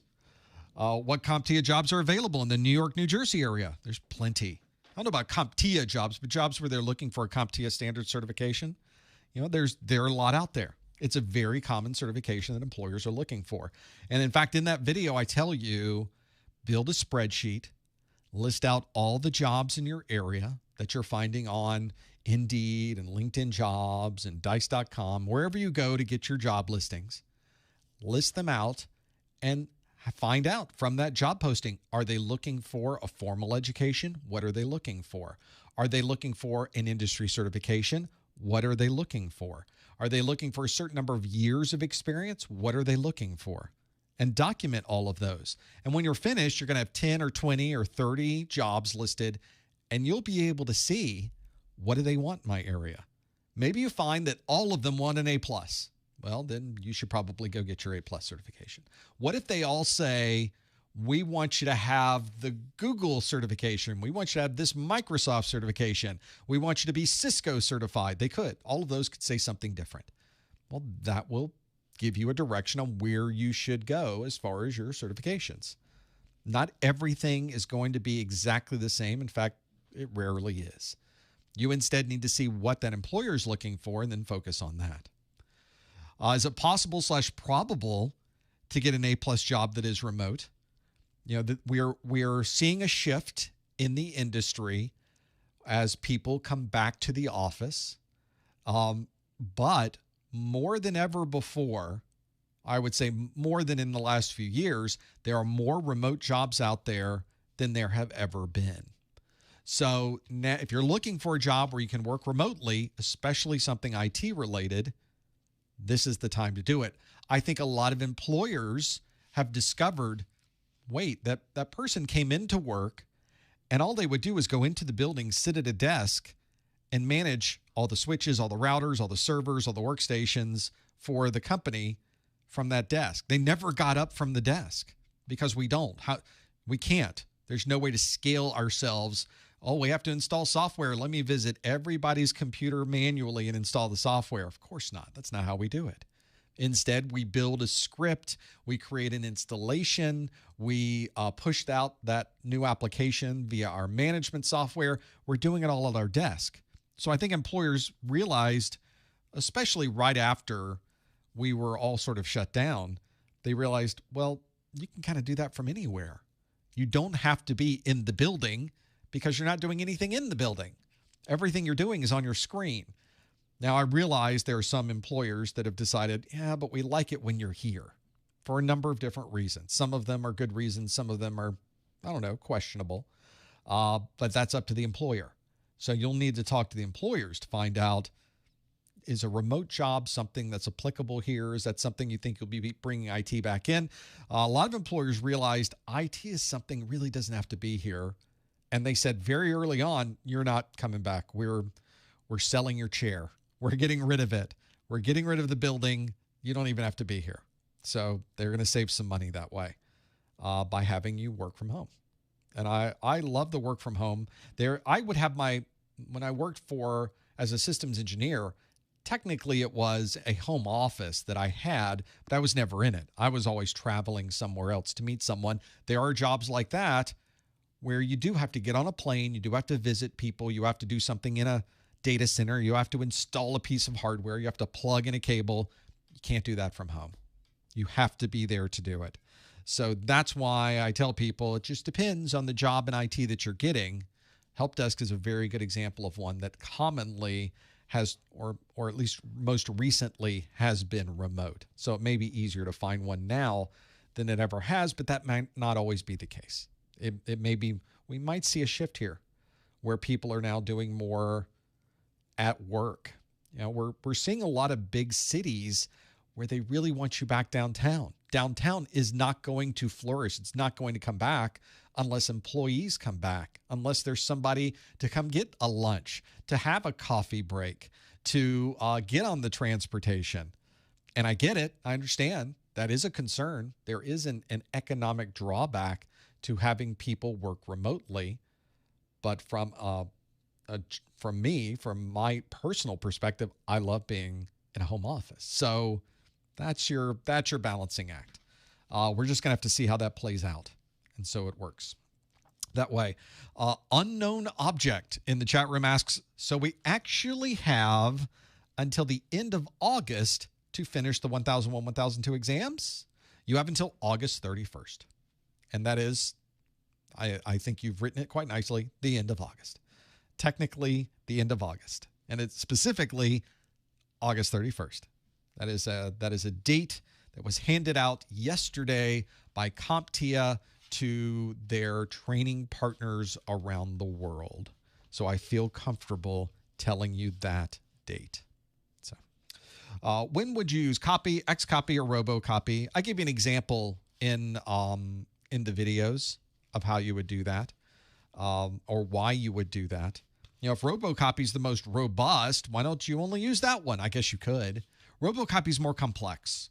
Robocopy has more things you can add to the robocopy command line. And it's more to type in. R-O-B-O-C-O-P-Y. It's a little harder to type in. Why don't I just type copy? So that's why. That's why I think we use copy. Copy is easy. It's built in. It's ready to go. Usually part of the operating system itself, and it just works. So that is exactly why copy is often used and not robocopy. I give the example in my videos that robocopy, being the robust copy, one of its claims to fame, one of the things that really makes it different than a copy or an xcopy, is that it can, as you're copying a lot of data, if you lose the connection because you're on your internet service provider goes out, you're on a non-terrestrial link and the rains hit and you have rain fade and you can't communicate out to the satellite, well, then you have no internet connection. And on copy, it would just fail. Say, go up, I can't talk, fail, you're going to have to start over. You know, this 2 gig transfer, we've transferred 1 gigabyte of information, but the rain came, so you're not going to be able to, we're just going to stop. You have to start all over again. But if you have robocopy, you just leave it alone. Robocopy realizes, oh, there's no connection. I'm just going to wait. Waits for the rains to go by. Finally, the sky's clear. The sun comes out. The network comes back up, and it continues where it left off. You didn't lose any time. So that's why. It may be just more of a comfort level thing. Some people like using what they've always used. Copy's been around for the longest. That helps as well. So it's really up to you.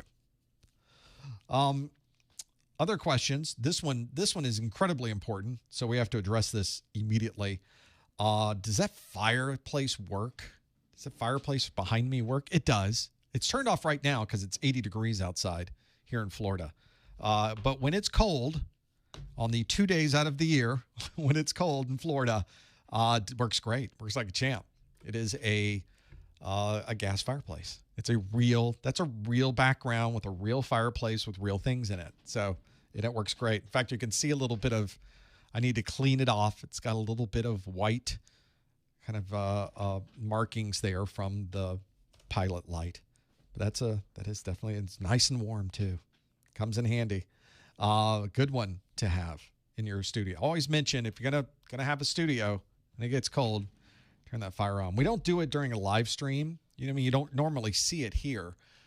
During a live stream, I've got a lot of equipment on. The lights themselves, you can't see in this shot, but there are some LED lights above me. And although they're LED, there's still a little bit of heat they put out. Each one of these, normally this is not on, this is not on, the laptop is not on. Usually it's just 2 screens. The iPad's usually running in these 2 screens. So usually there's not a lot of heat being generated, but on a live stream, it gets warm in here. I might want to turn the air conditioner down just a bit so it's get a little cooler in here because it does get warm in here. That's why you usually don't see the fireplace running on a live stream, just because it get too warm. And I don't have a way to control it from here. I have to physically go over and hit the button to turn it on. And that's just annoying for me to get up from my desk, and that doesn't work either. So there's my story of the background. And it's a real background. It's not a green screen. That's my real stuff in the real room with real things. It's not a green screen. In fact, I think maybe I'd like to kind of simplify this a little bit. I am planning a new design for the studio that will simplify things a bit. So we'll have to see how that works out. I'm not exactly sure what final version of this is going to be, but I think a simpler background may help a bit. Most of the time you don't see the full shot of me like this. Normally you see me up in a corner. Well, that's not even a good shot of me in a corner. That's me in a corner. That's me in the spotlight right there. So that is normally where you see me in the training videos. So the background doesn't matter that much. As long as it's not an unmade bed, I think we're fine. Yes, I will upgrade my green screen to be less real. I think that's what we're going to find. We start working on it. I've got a lot of work to do with that one. Whenever you make any change to the studio itself, it's a big change, but it's something we're just going to have to do, something we want to do, and that will happen shortly as well. We'll take all your questions. I didn't even put the lower third up. I do have a lower third just for this. I have not put it up yet. Let's stick it on here. There we go. So if you do want to ask a question, you can either go to YouTube where we are live and ask the question in there, or you can go to my website where I stream everything. The same chat is there. It's an embedded version of the YouTube chat that is on professormesser.com/live. Would I be interested in streaming the PC building simulator for study purposes? It would be a fun lab. It would be. And I thought about that. When you start streaming other people's applications, games, and those types of things, there's a series of copyright concerns one has with this, especially since the PC building simulator has a lot of other manufacturers' actual products in it. Like there's real manufacturer equipment and components within that. And I thought it would be kind of fun to do anyway, because I play around with it a lot just to kind of show what it would do. And I was thinking of integrating it into the actual course. There's so many copyright issues associated with that. And I'm very sensitive to copyright issues. So I've just decided, no, you can kind of do that one on your own. And there's a lot of great videos on the YouTube for the PC building simulator, which is a piece of software I showed a couple days ago on the live stream. It's a lot of fun to play around with, and you do learn quite a bit of installing motherboards, installing memory, installing storage devices. That's kind of where we go with those. So that's the reason I haven't done that. I just feel like it would open up a lot of problems. I want to be sure that when I create content for you, that it is ready to go. There's not going to be any problems with it. It will be generally accepted by everyone. The way that I have been able to do that currently is I write my own. So there's no copyright problem when it's yours.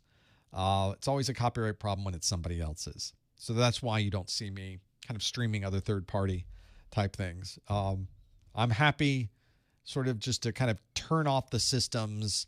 And if I'm doing some type of gaming or entertainment, you guys don't need to be here for that. I can just sit on the couch and hit the Xbox, and I'm fine with that. But that's the reason that I would be interested in doing it. Yes. Am I going to do it? Probably not. So just to validate, confirm, and say again, the retirement date in August, I mentioned that the 221,001 and the 221,002, those are currently the two current A+ certification exams. Both of those exams retire on August 31st. The last day you will be able to take those exams is August 31st. The last day those exams will be available is August 31st. You will not be able to take those exams after August 31st. So if you are working on the 221,001 and the 221,002, you have to pass both of them by August 31st, or you have to start over again. So that's what I mean by those, is to have that there. It's what I mean by a retirement date. It goes away. It really is retired.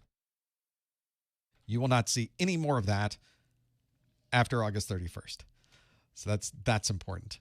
Other questions in the chat room. Are there labs coming for purchase soon for my courses?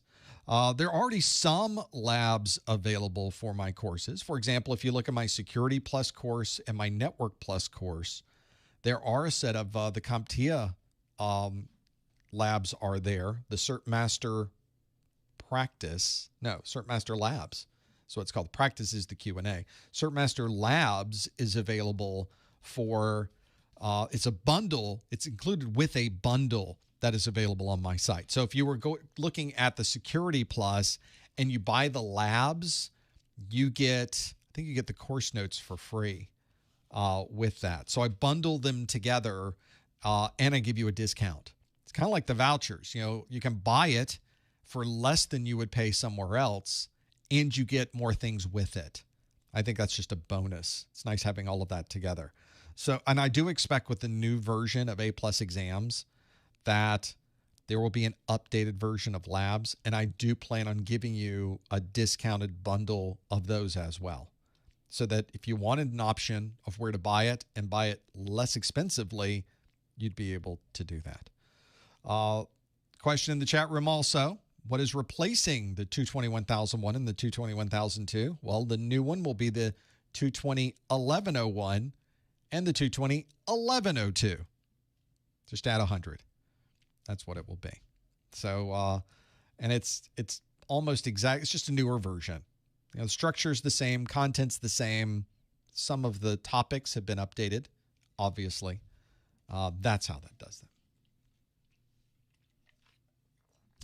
Question in the chat room, more of an IPv6 question regarding neighbor solicitation. How does the source node already know the unicast IP address of the remote host for the solicited node message? It doesn't. The way that IPv6 works, let's think about how IPv4 works. The way that IPv4 finds a neighbor is it uses ARP. It sends a broadcast. Well, with IPv6, we learned with IPv4, broadcasts are awful. They're just horrible. They're difficult to manage. They use resources on every machine on the subnet. It's just not a good way to communicate. It's like going outside your door and yelling for a DoorDash. Hey, DoorDash, I'd like a burrito. That's not a good way to get a DoorDash. The good way to do it is to talk directly to DoorDash or whatever service you like to use. I don't care which one you use. What IPv6 does is it sends a multicast, which is kind of a broadcast, but only people who hear it are people designed to hear it. It's sort of like a dog whistle, that only the dogs can hear that whistle.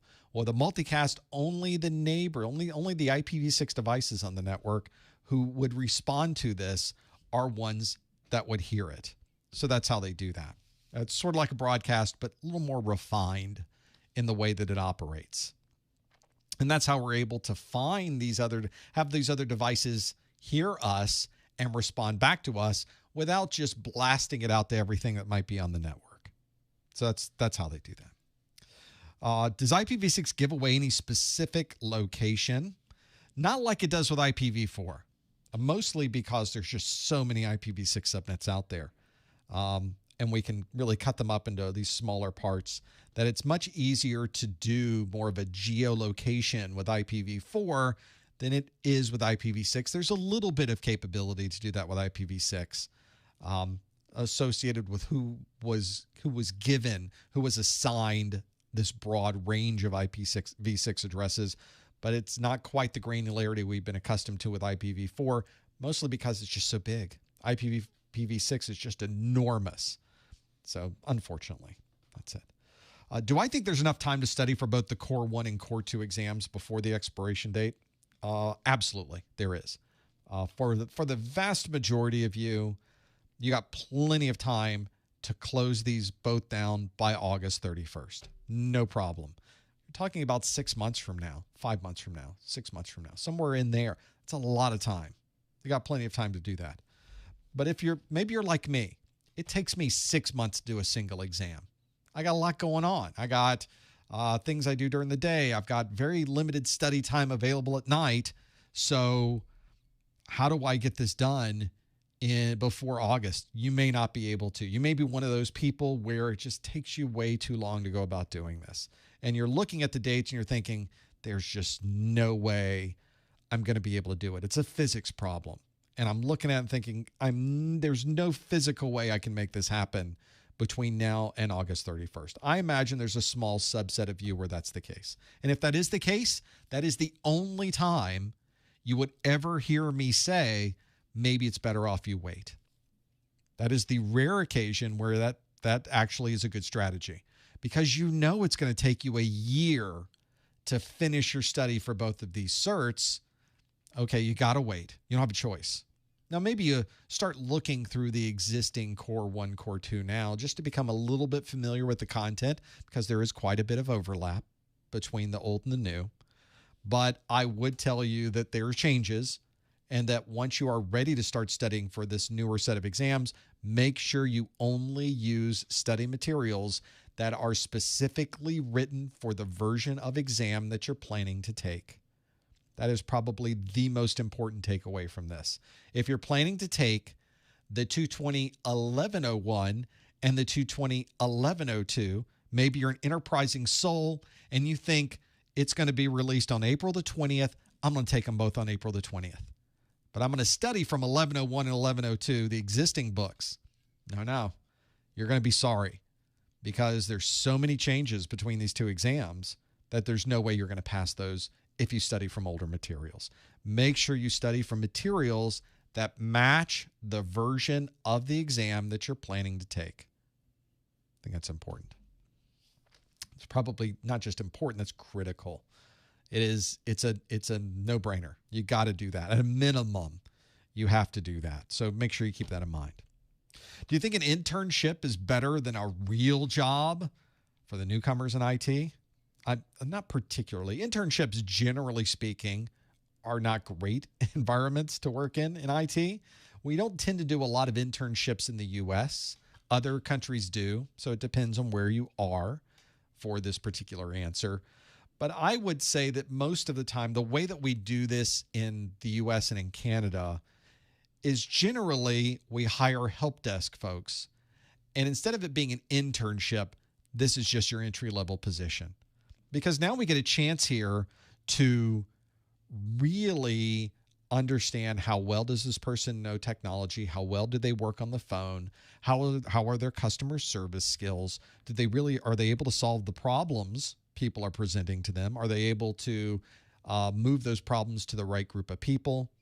And in fact, on the latest 221, 1101 and 1102 exams, there is a section, I think it's on the 1102, of working in a help desk. How do you use help desk software? Because so many of us, that's our first job in IT, is working on the help desk. So how do you use help desk software? How do you use ticketing systems? What should you look for? What should you be ready for? What are you typing in? What is important about that? It's a new addition to the A+ exam.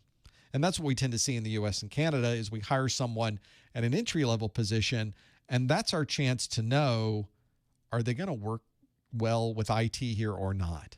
And we can make a decision.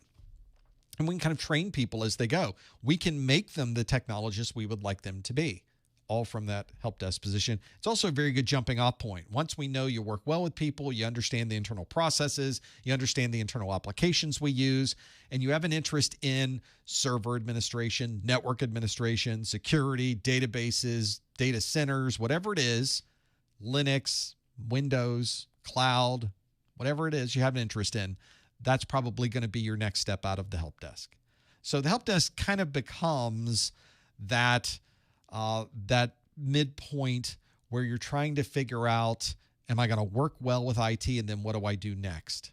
So we put you through the gauntlet. That's what it is. That's what help desk turns out to be. Plus, help desk is a pretty important process within any organization, having someone provide you with that technical help. So very useful to know all of that. Make sure you keep your eye on those. That can be an important part of your job. Is don't look around for internships. Look around for those actual positions so they can put people in there.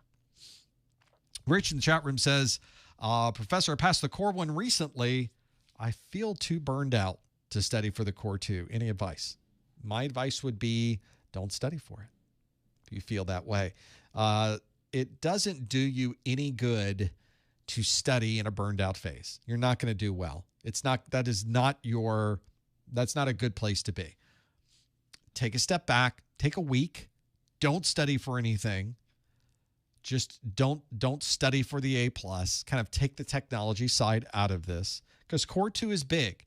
Core 2 is a big exam. So let's just set everything aside. Let's take a breath. Let's relax for a week.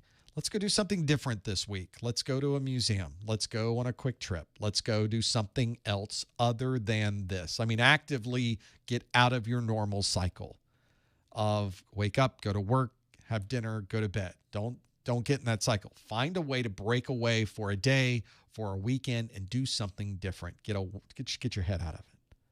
Then come back to it, because I will tell you there is no more enabling capability in IT than your knowledge. That is what moves you up the ranks in IT. That's what gives you your really good set of comfort with your job. It gives you money. It allows you to move up to another level, which gives you more money and more stability.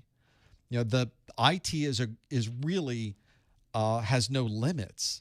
There's no windows. There's no top level ceiling we have to worry about. What we really are worrying about is, can we learn enough to level up and just to keep moving up in IT? And pushing yourself in a way that is not healthy isn't going to help you. But I will tell you, you should motivate yourself that way, and know that if you pass the Core 1 and Core 2 and you get that A+ certification, that's the beginning of what could be a fantastic career in IT. So, and all of those come with flexibility, with money, with stability. You know, there's all these things that come with that as you move up through the ranks. A lot of people, I think, are very short-sighted. They look at the help desk, they see what the help desk pays, and they even say to themselves, I'll just go work in a warehouse. They make $2 an hour more than this help desk position, so I'll go work in the warehouse. And I think, wow, you're not looking at the big picture. Yes, the warehouse currently pays $2 an hour more than the help desk.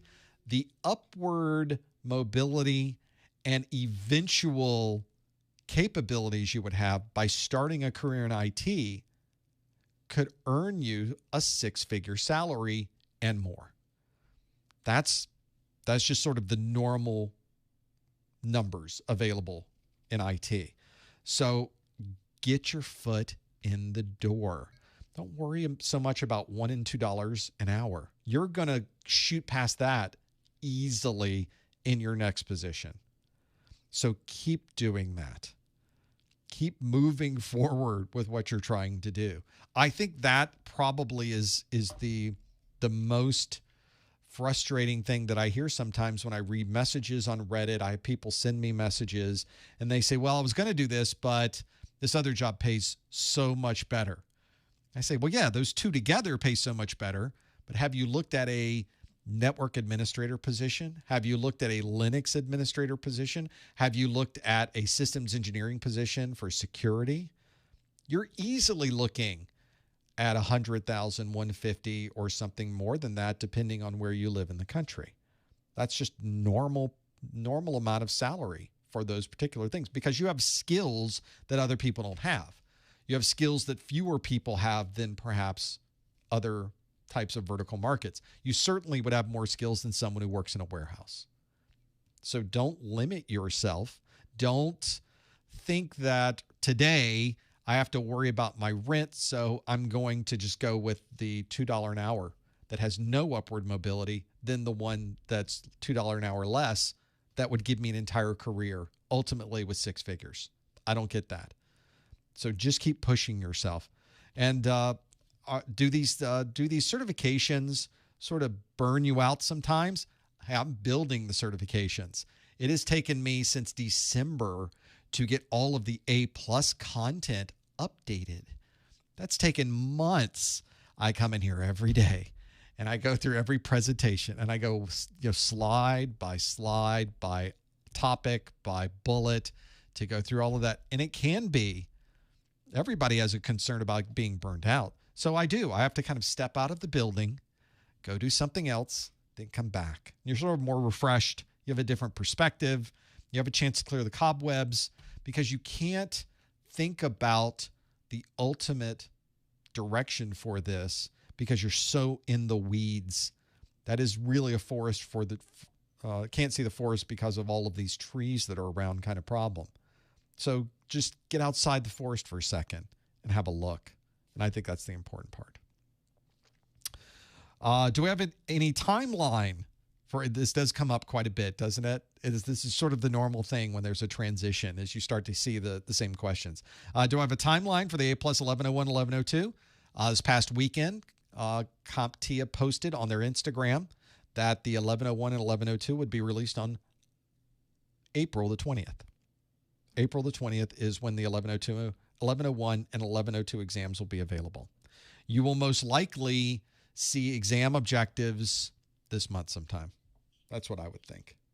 So I would not wait for the release date. April the 20th, there's not going to be a lot of study materials available. There will be some, but it's going to be another 3 months. What we tend to see when these are first released is on release day, there's not a lot of options for study. About 3 months after release day, there's a lot more options available. And then about 6 months after the release day, you pretty much have everything on the market that you're going to see. So you're actually at a disadvantage if you take the new exams early. Universally a disadvantage. So don't do that unless you have to. Because there will be some things available on release day. You're just going to be forced into buying those things and using those for study materials. And yeah, I'm going to have course notes the first day, and there'll be videos the first day. There's going to be a lot the first day. Probably, we've had a good ramp on these to be able to create this content. So you'll probably see more than usual because A+ is pretty popular, but it's still not going to be everything. So that's what I'm kind of focusing on. In the chat room, Tony M with the $10 super chat. Tony M writes, got my A+ 2 weeks ago with your videos and notes. Thank you so much for all you do. Today, went on my second interview, and they said we're doing a third one. Keep the party going. Keep those interviews going. This is what gets you in the door, is these types of credentials. It's what gets people noticing you. It's a competitive advantage against other people who are in the same role. So, Tony, third interview, you should have already poured through that company's website. If they're a public company, you should have downloaded and read through their annual report. You should find everything you can about that company on Glassdoor. You could read everything you can about that company on LinkedIn. This is when you really should do some recon about the company and what they do. And secondly, it's also you need to make sure you have that good lab going. I mentioned this in my video, how to get a job in IT with no experience. Get a good lab going so that in this third interview, you can bring up things. Well, I just set up in my lab an Active Directory server. And for that Active Directory server, I set it up with some users. And then I have another VM where I added it to the domain and I logged in and I got the roaming profile working. And now I'm able to log into the domain from this other machine and I'm able to access the internet. The DNS is working properly. You need a story. And you can even say, I ran into a problem when I did it because the DNS was not set up properly. And so it couldn't add itself to the domain because that machine could not find the DNS that knew where the Active Directory server was. There's a whole story you can do there. Anytime you're setting up a lab and something isn't working, that's a story. Interestingly enough, every time you set up a lab and it is working, that's another story. You should have all these stories ready to go for your interview, especially stories where something was broken. You did the research to figure out what you were seeing, why that error message was occurring, and then you were able to resolve the problem. And here's how you resolved it. That's what employers are looking for. They're looking for that story. If you had no other stories for your interview, get a story like that. And I gave you some examples in that video. Setting up an Active Directory server is a very good example. That's a great story because everybody has an Active Directory server. You could set up a Linux machine. This was more of a security job. Maybe you set up a Linux machine running a firewall and an IPS. You're running Snort. You're running pfSense or something of that sort. If it's a job dealing with Windows or Linux, maybe you have a Windows or Linux lab you set up. But this should all be something that you can run on your local machine. So a lot of options available for that. You will see a lot that we do in the next A+ kind of focuses on those types of labs. So be useful. Tony also says, this must be the second interview. Or Tony says, today they handed me a broken laptop and told me to fix it. Oh, now it's on, right? You're in the middle of an interview. No pressure. Here's your laptop's broken. Go fix it. What do you do? I mean, and they probably are looking for a lot of things. You can start asking questions. Oh, where'd this laptop come from? What message are you seeing? What symptom is occurring? What information has been gathered? Do we have any details, or do I need to figure this all out on my own? Those are that querying process, that troubleshooting process is the same one that comes from your CompTIA exam objectives. And you always look at that section like, why are they showing me the troubleshooting process? I know all of this, but the employer doesn't know that you know it. So you have to prove to the employer, let's gather information. The first step of the troubleshooting process. Tell me about this problem. Why do you think there's an issue? Is there an error message? Do you have a screenshot? What did somebody say in passing? Did anybody write anything down, etc.? So that's it. That's why the employers are not just handing you a laptop to fix. They're handing you the laptop to fix and wanting you to tell the whole story about how you're fixing it. Obviously, it's not something you would do during a normal job during the normal day, but this is an interview. It's not a normal job during the normal day. They want to be sure they're hiring somebody who could fix anything. Doesn't have to be a laptop, but if you have the strategy for troubleshooting, you understand the process for troubleshooting, you can troubleshoot anything. Just have to be able to do it. That's the important part. And a number of you in the chat room are asking again about, I'm glad we went through that with the retirement dates and release dates and everything else. This is sort of going to be a thing until August 31st. I realize that. It just sort of always gets us into that mode of, when was that date again? And how long do I have? Don't worry. Every month on the study group, I will give you updates. We'll start counting it down. You will know when the latest one is happening. And because it's in August, by the time this gets released in April 20th, so you've got May, June, July, August, that's 4 months. You effectively have 4 months from the time the exam is released to when the current exams disappear. That's a 4-month over. It's not a lot of time. Normally, we're used to 6 months. We don't get 6 months this time. You get 4. So that's going to change our strategy a little bit, isn't it?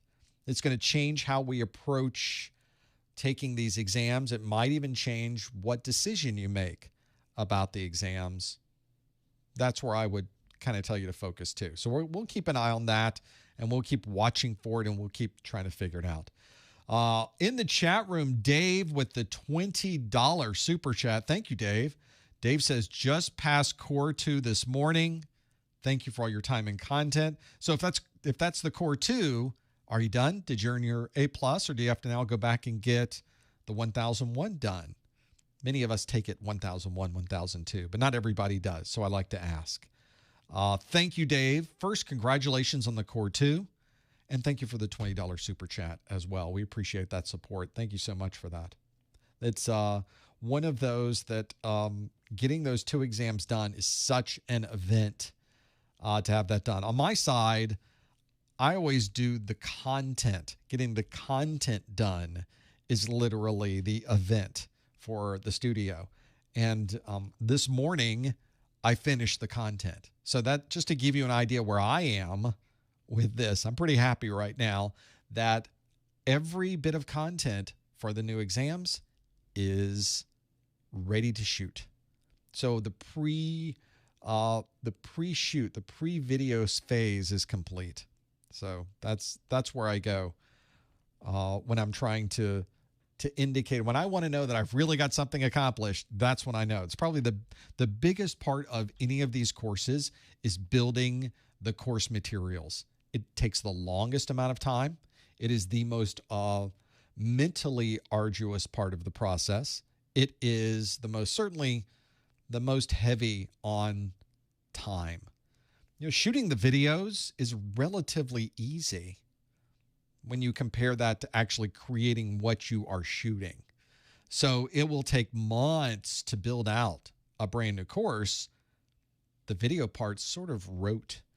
I already know what I'm going to say on these videos. I already know what we're going to present. I already have the demos ready to go because I had to have those to create the slides. So I look forward now to the next part, because next part's, and I'm not in the studio all the time, just sitting here trying to mentally put things on paper. Now it's ready to go.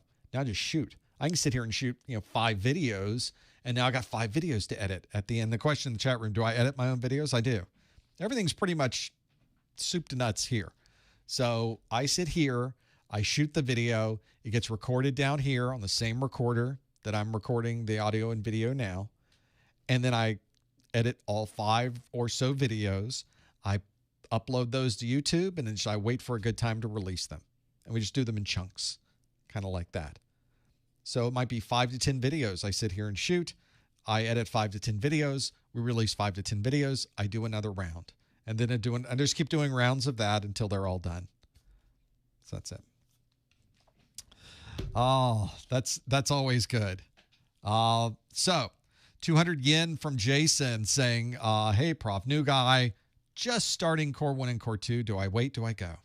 And this is the question. This is more of a personal question for most of us. For the vast majority of you that are watching this, keep doing your studies on Core 1 and Core 2. Don't stop. Don't shift gears. Don't convert over to the new version. Just keep going. Go, go, go, go, go. You have the most amount of information you will ever have for a certification exam. You have the most amount of people that have taken this exam that can give you experiences and give you some tips on things you should know walking into the exam. You've got plenty of support out there for this current specific exam version. There's a lot of value in that. So don't shift gears. Don't stop what you're doing. Don't put everything on hold. Don't pump the brakes. You hit the accelerator. The real key, Jason and everyone else, is on your calendar, make sure that your study schedule involves you earning the last cert well before August 31st. You don't want to plan for August 31st and then you take the last exam on August 31st and you fail it. Then you have to start all over again. That's not what you want to do. So I've told you today, there are people that wait until the very last day to take their exam. I do not in any way recommend that. I think there should be at least a little bit of extra time. You need to hedge some bets here. So, put a little money over here on the 7, but you're hoping you're not going to hit that. That's the key. So be ready, finish up in August, but don't wait until August 31st. So yes, put the accelerator down, keep going with Core 1 and Core 2, use all the materials that are on the market today. You'll get in 2 months of study right now before the new exam even comes out. A number of you will have already finished one of those exams before the next series is even released if you start today. So start today. Keep doing these, keep running through them. Go as fast as you can because there is a time concern. But I think you've got the balancing act by now. We've gone through it 4 or 5 times now, just in the last 2 hours. I think you've figured out which ones you go with and which ones you don't. I think you've been able to make that determination. Everybody is a little different. Everybody's going to be in a different place with this. You need to figure out the one that works best for you. So, question, is there going to be new A+ videos for the new exam? Yes, there will. Yeah, we're not changing anything. There'll be new videos and new course notes and new practice exams and all new. All new, all new, all new. Will they be out on the 20th of April? No, they won't because it's enormous. It's a lot of content. Will some of this be available on April the 20th? Yeah. Yeah, there will. How much? I don't know. However much I get done. I don't have any particular time frame with these. I have found, generally speaking, that if I set myself for a particular deadline, that it will have an effect on the quality of the final product. because these are arbitrary dates. Is the thing always confused me about time and being able to put things in a Gantt chart and have a project plan is a lot of the dates on these project plans are just arbitrary. Well, I picked that because, it's 2 weeks after that. I figure, we can do that 2 weeks. Well, how long does it really take? It takes 2 months. Well, how am I supposed to do 2 months of work in 2 weeks? I don't know. We just put that down. That's just what it is. So it needs to be done in 2 weeks because it's on the project plan. Project plan says 2 weeks. So that's how long it takes. There's just no concept to reality and physics and time motion studies or whatever. It's just arbitrary. So I don't set myself to any particular arbitrary dates. I realize that means for a number of you that it takes a little bit longer to get these videos out. I think it's a better set of videos. I wouldn't be taking longer to put the videos out if they weren't a higher quality of video. So that's the case. Will McGraw Hill Publishing put out new study guides? I don't know. Go ask. I have no idea what they are planning. Maybe, maybe not. That's really a question for McGraw Hill. I think that's what I would recommend doing, contacting them. I can't speak to any other publisher. They tend to take a lot longer. Books take a long time to produce, to edit, to print, to publish. It takes months and much longer than it takes to create a video series by myself. So I don't know. I don't know what anyone else is doing, nor do at this point. I don't care very much. I don't pay much attention to the other publishers. I got too much going on here. I concentrate on what I'm doing. I just don't have time to even worry about them. I know what we have to do. I know what I want to produce. I know what I want to get out there, and I'm pushing it. This is not something where I'm just sitting back and thinking, hey, do I do a video today? I don't know. Well, of course I do. I do multiple videos. We really do go through them quite quickly, and my drive is to get them done as quickly as humanly possible, with the consideration that I want these to be the highest quality possible and that there are no particular time frames associated with the publishing of these. They will be done when they are done, and I just know that they will actually be there. So I think that's the case. I will have for you on my site options on day one for books, videos, Q&A. Some of it will be some that I create. Some of it will be the CompTIA products, because I've been using those for years and been working with the people that have created those for years. So I will have a number of the success bundle and the course notes and the practice exams will all eventually be available on my site, certainly. But there will also be other third-party products as well that I like, that I will put, really right there in the front so you can see them. You'll have options. There will be things available. It won't be a wasteland, but it won't be a cornucopia either. There will be some select products available on that first day that we can focus on. Maybe that's all you'll need. Maybe you don't need to go anywhere else. Maybe those products will be everything that you have to worry about. And that for some of you, that's probably going to be the case. Just so you're aware and have those there. I think it's good to find out what other employers, what other publishers are doing. The way that I do it, it's very scientific and very calculated. I go to Amazon and see what they have release dates set to. That's it. That's my research. That's everything I do before this. So that's why. My A+ CE expires August of 23. Can I renew it earlier before the expiration date? Absolutely. In fact, if you took, for instance, the CertMaster CE, or you pass a higher level certification, you do whatever you have to do to renew your cert, it will, in many of those cases, renew it from your expiration date. So it tacks on another 3 years. So that's an easy way to do it. Confirm with CompTIA if you have questions about what those dates are and when that would be for you and your process. Talk to CompTIA directly so that you're aware of that. In the chat room, there was a message from Nathan who said, just got back from taking my last test for A+. I'm assuming you passed, or you wouldn't be saying that. because you also say, thanks so much for your videos and practice tests. You're very welcome. Congratulations. I'm hoping that means that, yeah, you passed both of them. You're A+ certified. These are tough exams. So that's congratulations on that. I think that's always it's always a good feeling when you can finally say you completed both of those. David in the chat room. Yes, Nathan in the chat room says, yes, I passed. Congratulations. That's fantastic. Good to hear. Now what are you going to do? What's next? You know, we never stop in IT. We mentioned this a couple days ago in the last study group. You always get to a point and then you need to level up. You always are leveling up with IT. You're always going that next level.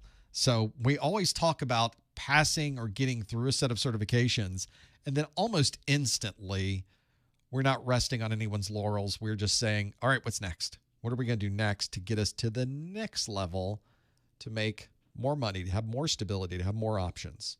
That's what IT does. That's the way to do it.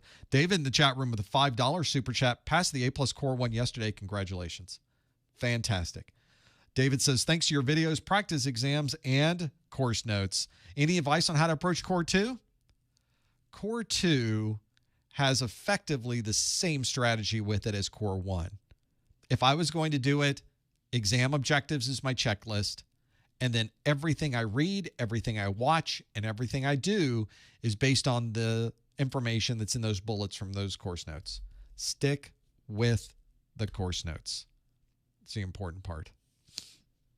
Will we ever get a sample of Uncle Phil's Fudge when we order a book? Which is a great idea, by the way. Those of you that have not really seen Uncle Phil's Fudge before, Uncle Phil is a sponsor of this live stream at unclephilsfudge.com. Don't tell me I don't have his, I think I have a lower third for him somewhere. Oh, wait. But wait, there's more. Can I unhide this? I think I can. We talked about this a couple of months ago. Not only is it important, Uncle Phil's Fudge, not only is it a great sponsor of what we do, Uncle Phil's my brother, so that's why Uncle Phil's Fudge is important to me. UnclePhil'sFudge.com. I think the coupon codes still work, by the way, if you wanted fudge. Uncle Phil's Fudge. It's so good. Such good fudge. I think I wasn't planning to talk about Uncle Phil's Fudge. I was sending some text messages to him the other day. Uncle Phil, where is he? There he is. Good looking fella. Here's Uncle Phil. He's my brother. And he has amazing fudge. He's based out of the Orlando area. He has online ordering. Look at this fudge. Chocolate cookie, chocolate covered strawberry. This is not what you would normally find. Creamsicle's a new one. I know that. We've been talking about that. Dark chocolate Cuban espresso, a dark chocolate peanut butter. The part I find, key lime, so good. What I found interesting is he has vegan versions of the fudge. So if you are vegan, he has a vegan cookies and cream, Cuban espresso, dark chocolate, key lime, and mint chocolate chip. So good. It is so good. He has a great Instagram. Go check that out. He's always doing something crazy out there with his fudge. Whether he's making new, he's always sending me text messages when he's testing and trying new things out. I love it when he's doing that, because we have such interesting conversations about that. And he's there. If you're in the Central Florida area, you can go find him directly at some of these locations. So absolutely, he's got a big schedule out there just for 2022 and all the different things he's doing. Go find him at unclephilsfudge.com. There it is. And he's got coupon codes, so you don't pay the same as everybody else. Traditional fudge, 5420, the number 5, FOR20, and then the plant-based fudge, 4 for 24. There you go. Glad I was able to mention that. I know Uncle Phil would like that I mentioned that too. I got to get down there and see him soon.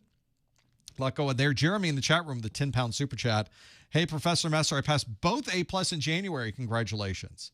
Huge thanks for your live streams and practice exams. They are gold. So is your comment, Jeremy. Thank you so much for that. We appreciate the feedback. Thank you for the super chat. Congratulations on your A+ as well. We sure appreciate it. Can we do more questions from this study session? Unfortunately, no. If anything, we're 38 minutes over our normal time for the after show, which I really always intend to be an hour. For some reason, always tends to be closer to 2. I don't know what's up with that, but that's how it works. And I build these questions every month from scratch, so I don't have extras, unfortunately. That's sort of the nature of the beast. I don't want to give you the same questions every month. That's just that's no fun for anybody. So I like to give you new ones every month. So it takes quite a bit of time to build these out. And unfortunately, I just don't have any more. But it's a good opportunity. You can always grab a copy of my practice exams book, which has 3 separate 90-question exams that you can have here. So 270 new questions right there, all ready to help you out. All there. It's one of those that can help. We'll take this last question. We'll talk a little bit about this. This is a question I get quite a bit from Romeo in the chat room. I'm a retired 57-year-old. Did I miss the boat for IT? Well, the great benefit, at least from an IT perspective, the computers have no idea what your age is. That's not a problem. The computers, it works the same. Me typing into this keyboard works the same at my aged self as it does somebody who's just out of college. Exactly the same. If you know this is right, what to type in, you know which things to touch on the computer, doesn't matter what your age happens to be. However, the hiring managers do care what your age is, whether it's something that is overtly, which is rare that someone would say you're too old for this, primarily because that's illegal. Or whether it's just what people do normally is like, I don't think that's really a good fit for what we're doing. So what I tell people who are not the normal age that you would expect to find in that particular role, but you're still interested in getting into IT is, and this is sort of the benefit we have of being in this in an industry for a while and knowing people, is go with your contacts. Go find the people who work with that company now or that know someone who works with that company and use the contacts you already have. I mentioned in my video of how to get a job in IT with no experience that there are 4 elements that you really need going into a job: formal education, industry certifications. We certainly talk about that today. Some practical experience, maybe not necessarily professional experience, but practical experience. And the 4th one, and it may actually be the biggest element, you know someone who works there. Who you know has a significant impact on your ability to get through the hiring process. Whether that's good or bad or indifferent, I don't care. It's just what it is. That's just the scenario we find ourselves in. And if you are someone who is of an age where you really feel like there could be an issue of ageism, which does happen, I would highly recommend you reach out to people you know. Talk to people in your church. Talk to people that you've met through the years. When I talk to people, for example, I talk to people who are nurses that want to get into IT. They went and got their IT degree. They went and got their IT certifications, and they go, what do I do now? I have a nursing degree, and now I'm doing IT stuff. How do I get into IT? And I think, well, it's built in. You're already in a hospital. I guarantee you the hospital has an enormous amount of IT. So that's where you need to go, is go talk to the IT people in the place where you currently work. Find the knowledge that you have, bring it to IT, because IT has this natural disconnect from the rest of the organization. Hospitals are a really good example of this. A hospital is there to help people physically, is to make sick people better. There is a human piece of this. IT is a bunch of computers. Could there be a more diverse set of job objectives than nurse versus IT? It's fixing a human versus fixing a computer. Those are very different. The fixing part's the only thing that's the same in both of those. But the things that you can bring to the table in IT, if you've already been in medicine, is now you know exactly how the hospital works. You know what the emphasis is for the business. You know what the priorities are and what their objectives are. You know the challenges they have in doing their day-to-day. That's a perfect person to have in IT. They're going to bring a level of support that you simply aren't going to get from somebody who's walking off the street who doesn't have that knowledge already. So I would say to you, very best thing you can do is find people you know who are in those positions or in the company who can recommend you for those positions. And it helps if you have some knowledge of that particular vertical. If you were a police officer, go find a company that does security. If you have been in transportation, go find a logistics company to work for in their IT department. If you were in medicine, go in hospitals IT. You know, there's that's not a must-have, but it's a nice way to integrate together the skills you already have and the knowledge you've accumulated through the years. You can now use that in a role in IT. So there are ways to make that happen.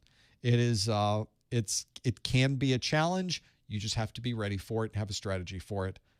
And I think you can make it work for you. Well, I think that brings us to the end of yet another live study group. We've done both A+ Core 1 and A+ Core 2 this week. Next week, come back on Wednesday. I've got scheduled a Network Plus study group, and then a week after that is Security Plus study group. We'd love to have you back for those. It's always more fun when everyone shows up. We can do our Q&A at the beginning, and we have great questions from you in the chat room afterwards. Thank you for being here live today. Thank you for participating in the chat room. Thank you for just the comments and the super chats and everything else you put in there. We have so much fun doing these, and you make it just even more fun every single time. We thank you for being here, and we will see you next time on the A+ study group. Thanks, everybody.